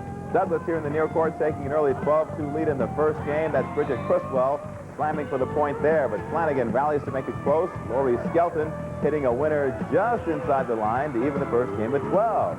Flanagan fans liking that a whole bunch, but Douglas would rally to take the first game, and later the match, Gina Judah with the kill to end it as Douglas sweeps the Falcons in 2 games. Nice way to open the season. We had already seen Flanagan our jamboree, and they took us to 3, so I didn't want that to happen again. The girls really picked up their game, and we managed to get out of here in 2 today. All right, we've got lots more ahead for you here on Sun Sentinel High School Sports. Up next, it's our big game of the week as Dillard faces Plantation at Lockhart Stadium. And we'll show you how this guy's handling the pressure of quarterbacking the state's top-ranked 6A team. Ryan Schneider of Plantation. His story is coming up on Sun Sentinel High School Sports. At the Sun Sentinel, we think that looking for fun should be fun. Really fun. That's why every Friday, the Sun Sentinel makes it easy to find all the fun stuff with Showtime. Easy to use, fun to read. With the best of everything, from Palm Beach to South Beach.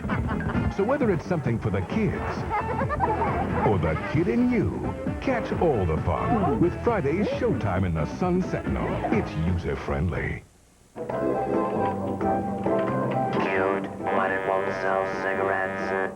Next. I buy cigarettes from her.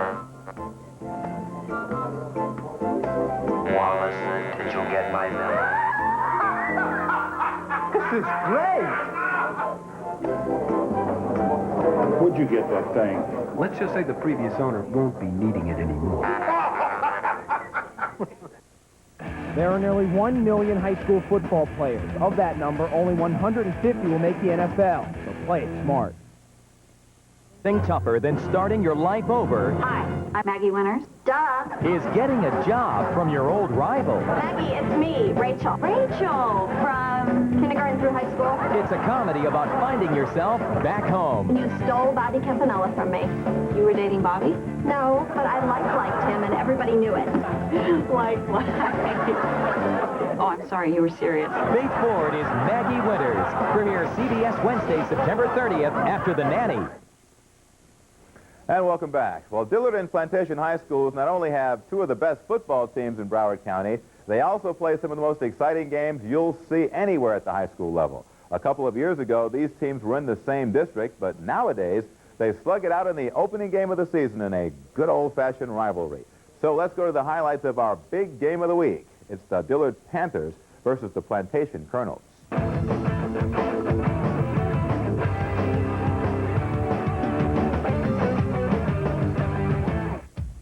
When Dillard and Plantation met at midfield, it was time for the Colonels in red to put their ranking on the line. Plantation entered the game ranked #1 among 6A schools in the state of Florida. And the Plantation defense struck the first blow of the night. Richard White slams Dillard quarterback Chris Moffitt. Stanford Rule makes the recovery for the Colonels. And that set up the first big connection of the night from Ryan Schneider to Kevin Beard. This one covers 6 yards with Beard making a great grab in the end zone to give Plantation the lead. Schneider, who you'll get to meet up close later in the show, passed for 250 yards. This deep connection with Anthony Owens set up a field goal to open the Plantation lead to 10-0. But then Dillard staged a second quarter comeback. What a run here by Jimmy Jones. spinning off tacklers into the end zone to complete an 18-yard scoring run, getting the Panthers back in the game. And when Cornelius Fuller dove in from 1 yard out late in the first half, Dillard had a 14-10 lead at intermission. But then the Schneider to Beard connection took over in the third quarter. First, Schneider finds his favorite receiver down the far sideline for another spectacular grab. That set up this 1 yard touchdown run by Brooks Gordon to put Plantation back on top. And later in the period, here they go again.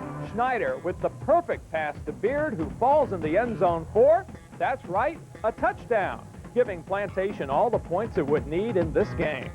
Dillard rallied in the fourth quarter, but couldn't get all the way back. Moffitt with the bomb to Devon O'Neal for a 35-yard touchdown, but Plantation hangs on to win an exciting season-opening game, 26-20. We've got to get better to deserve a #1 ranking in the state. I think our kids read the press clippings a little bit. We jumped out to 10-0. We've been telling them if we got up on them, you know, we may really get out and get on them. That just lets us know what we have to work on and how close we are to winning the state championship and what we got to do to win it. And now it's time for our season opening edition of the Sun Sentinel High School Sports Rankings. At number 10, despite their loss, the Dillard Panthers. They're followed by Carroll City at 9, St. Thomas Aquinas at 8, with South Plantation at 7, and Miami High at number 6. The top 5 stack up like this. Olympic Heights of Boca Raton, with Southridge at 4, Jackson at 3, Northwestern coming in at number 2, and number 1 in this ranking and in the state, the Plantation Colonel.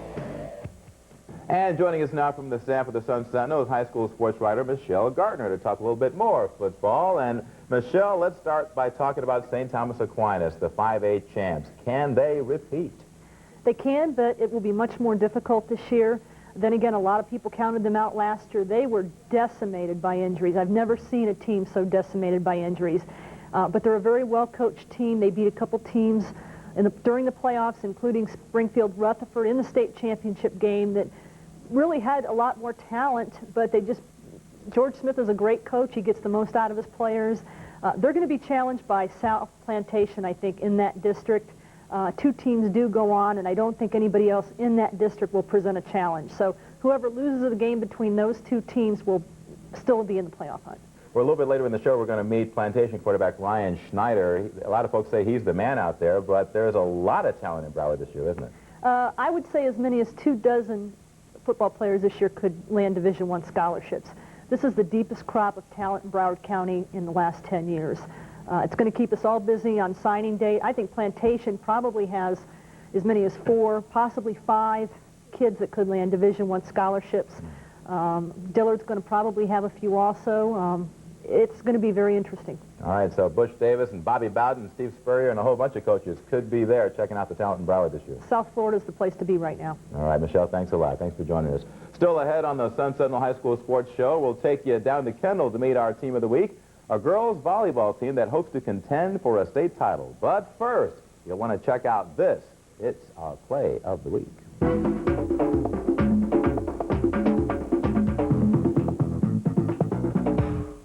Our plays of the week begin at Cardinal Gibbons High School.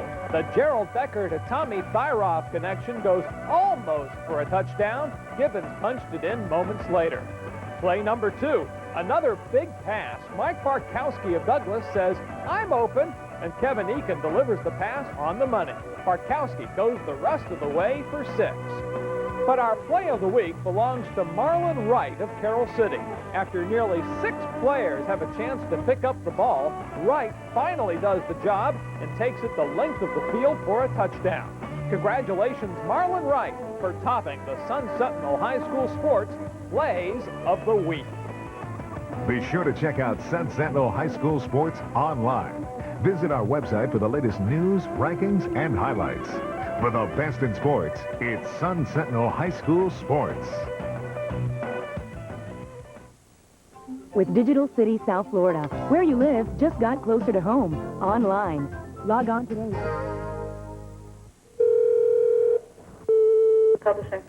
Yes, could you please connect me? This week on this program, we're going to take a closer look at one special team. A team that not only enjoys success on the playing field, but knows what it takes to win in the classroom, too. we're proud to present our Movie Code Team of the Week.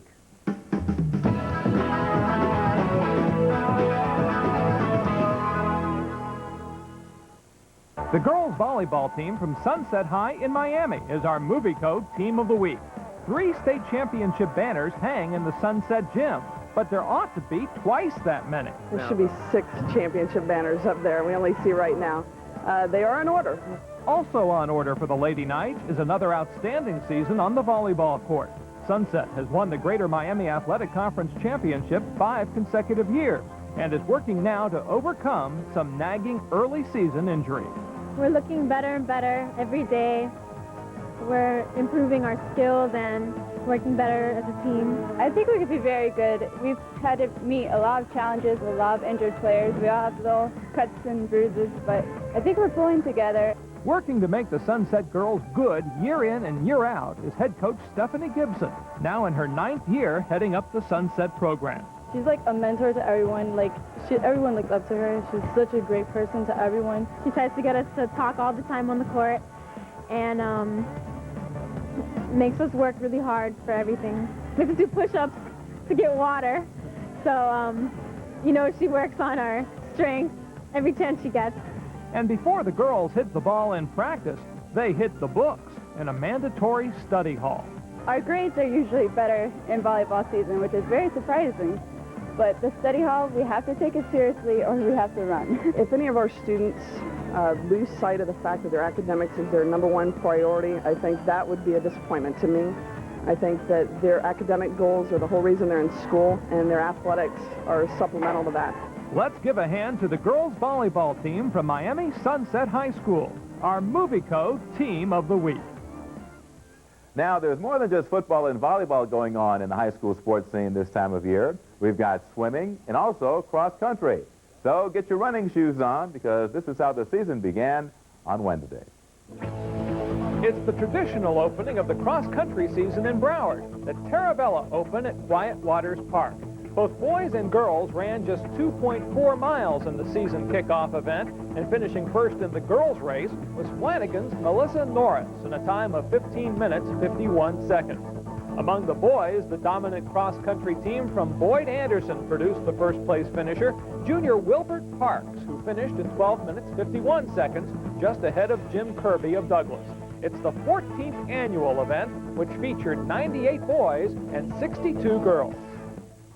Don't go away. When we return on Sun Sentinel High School Sports, we'll tell you about the quarterback who's getting tons of attention at powerhouse Plantation High. But first, let's check out this Medical Minute, courtesy of the North Broward Hospital District. This is a Sports Medical Minute, brought to you by the North Broward Hospital District. Hi, I'm Dr. Kevin Kessler from Imperial Point. Sun Sentinel. On Tuesday, we'll have a special profile of a high school football player who's overcome a physical handicap to start on the defensive line. On Wednesday, a preview of fall soccer. And Thursday, Friday, and Saturday, complete coverage of the weekend football action. It's all this week in the Sun Sentinel. Oh, welcome back to the show. Well, if you caught the Sun Sentinel's huge high school preview edition, you couldn't help but see this guy on the cover, Ryan Schneider of Plantation High. Of course, getting lots of attention is nothing new at all for Ryan.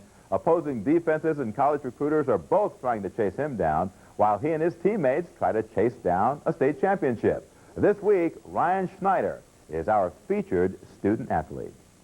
Tennessee 19! Tennessee 19! Down! Go!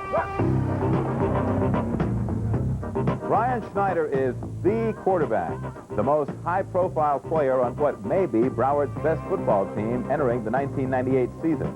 I've been waiting for this season since we lost last year at Southridge. So it's been a long time, and a lot of days in the weight room working hard, and a lot of days trying to get myself better so I can get past that step and get to the state championship game and win it. He does it in all aspects, and we teach our seniors, we try to teach them about how to be leaders, in the classroom, in the huddle, or in the field.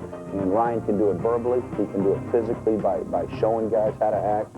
And when he does it verbally, he can give them that pat in the butt, say, hey, let's get going type deal. But Ryan was not always a quarterback. Believe it or not, he got his start on defense. Back in Little League, I played linebacker. And then my freshman year, I came out and they needed a quarterback, and I was like, yeah, I'll play. He's got a great arm. I mean, he can throw 50, 60 yards, probably more than that. He knows how to hit a receiver. He knows what the receiver's supposed to be when if the ball's missed or the ball's dropped. Since my sophomore year, we always talk about we had a chance to win the state championship. But now, since everyone developed, I think he can really lead this team to state championship. But Ryan Schneider had a lot of help on his way to the top, namely from his father, Carl Schneider, who is Plantation's offensive coordinator. Usually I'm probably harder on him than I am on the other kids on the team. He's such a competitor himself, he really doesn't need to be pushed or motivated that much. He has a lot of self-motivation within himself. He hates to lose no matter what he does.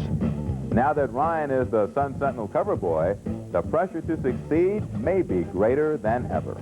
You can say whatever you want. I still got to go out there and play.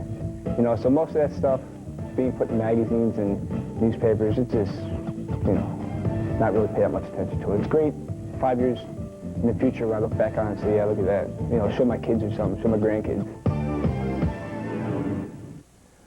Now in the classroom, Ryan is a 3.0 student with a mighty heavy reading list, thanks to all of the recruiting letters he receives each week. However, Ryan and his dad plan to wait until January before sorting out all the offers and deciding which college to attend. We wish Ryan all the best in his senior season.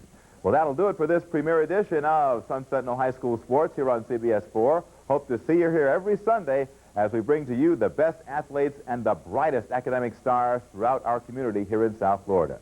We'll see you next week, but hey, stay tuned. Up next, the premiere of Crunch Time, our brand new Dolphin pregame show live. Thanks for watching, everybody. I'm Jim Barry, and we'll see you next Sunday.